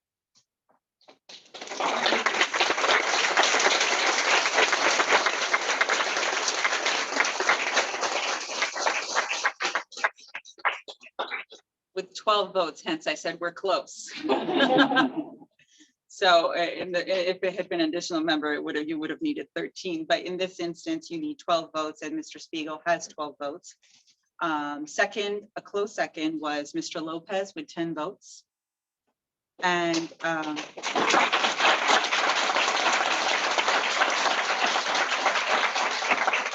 Ms. Kelly had 1 vote.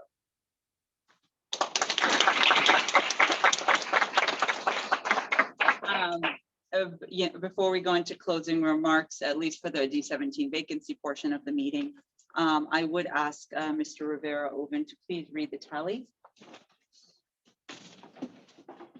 All right, I will begin with Mr. Spiegel. Congratulations, sir. Mr. Spiegel received a total of 12 votes from members Pam Luckett, Jim Michaels, Andrew Sondry, Lisa Smith, Jason Spiegel, Michael Tardif,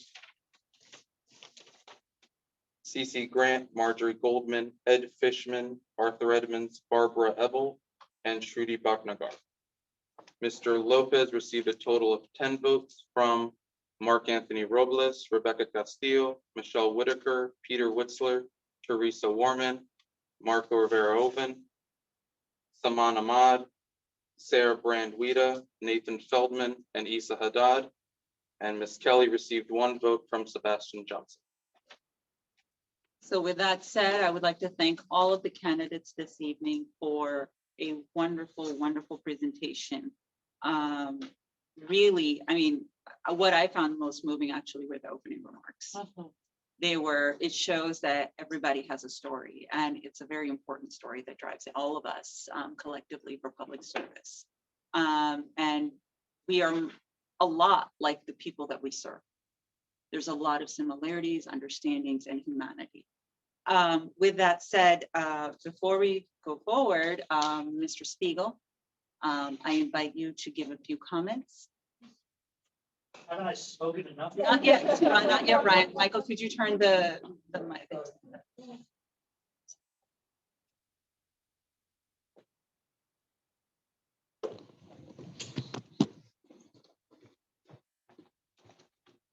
One minute.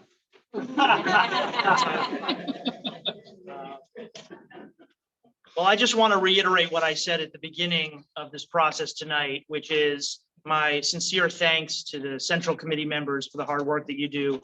My sincere thanks and salutation to all of the folks who put themselves out and got in the arena in this process. And I know we will all continue to serve in good and different ways, working together for the betterment of District 17 in our communities, and how much I'm looking forward to working with the District 17 delegation. And I'm just really honored and humbled tonight. And I just want to again say thank you all so much.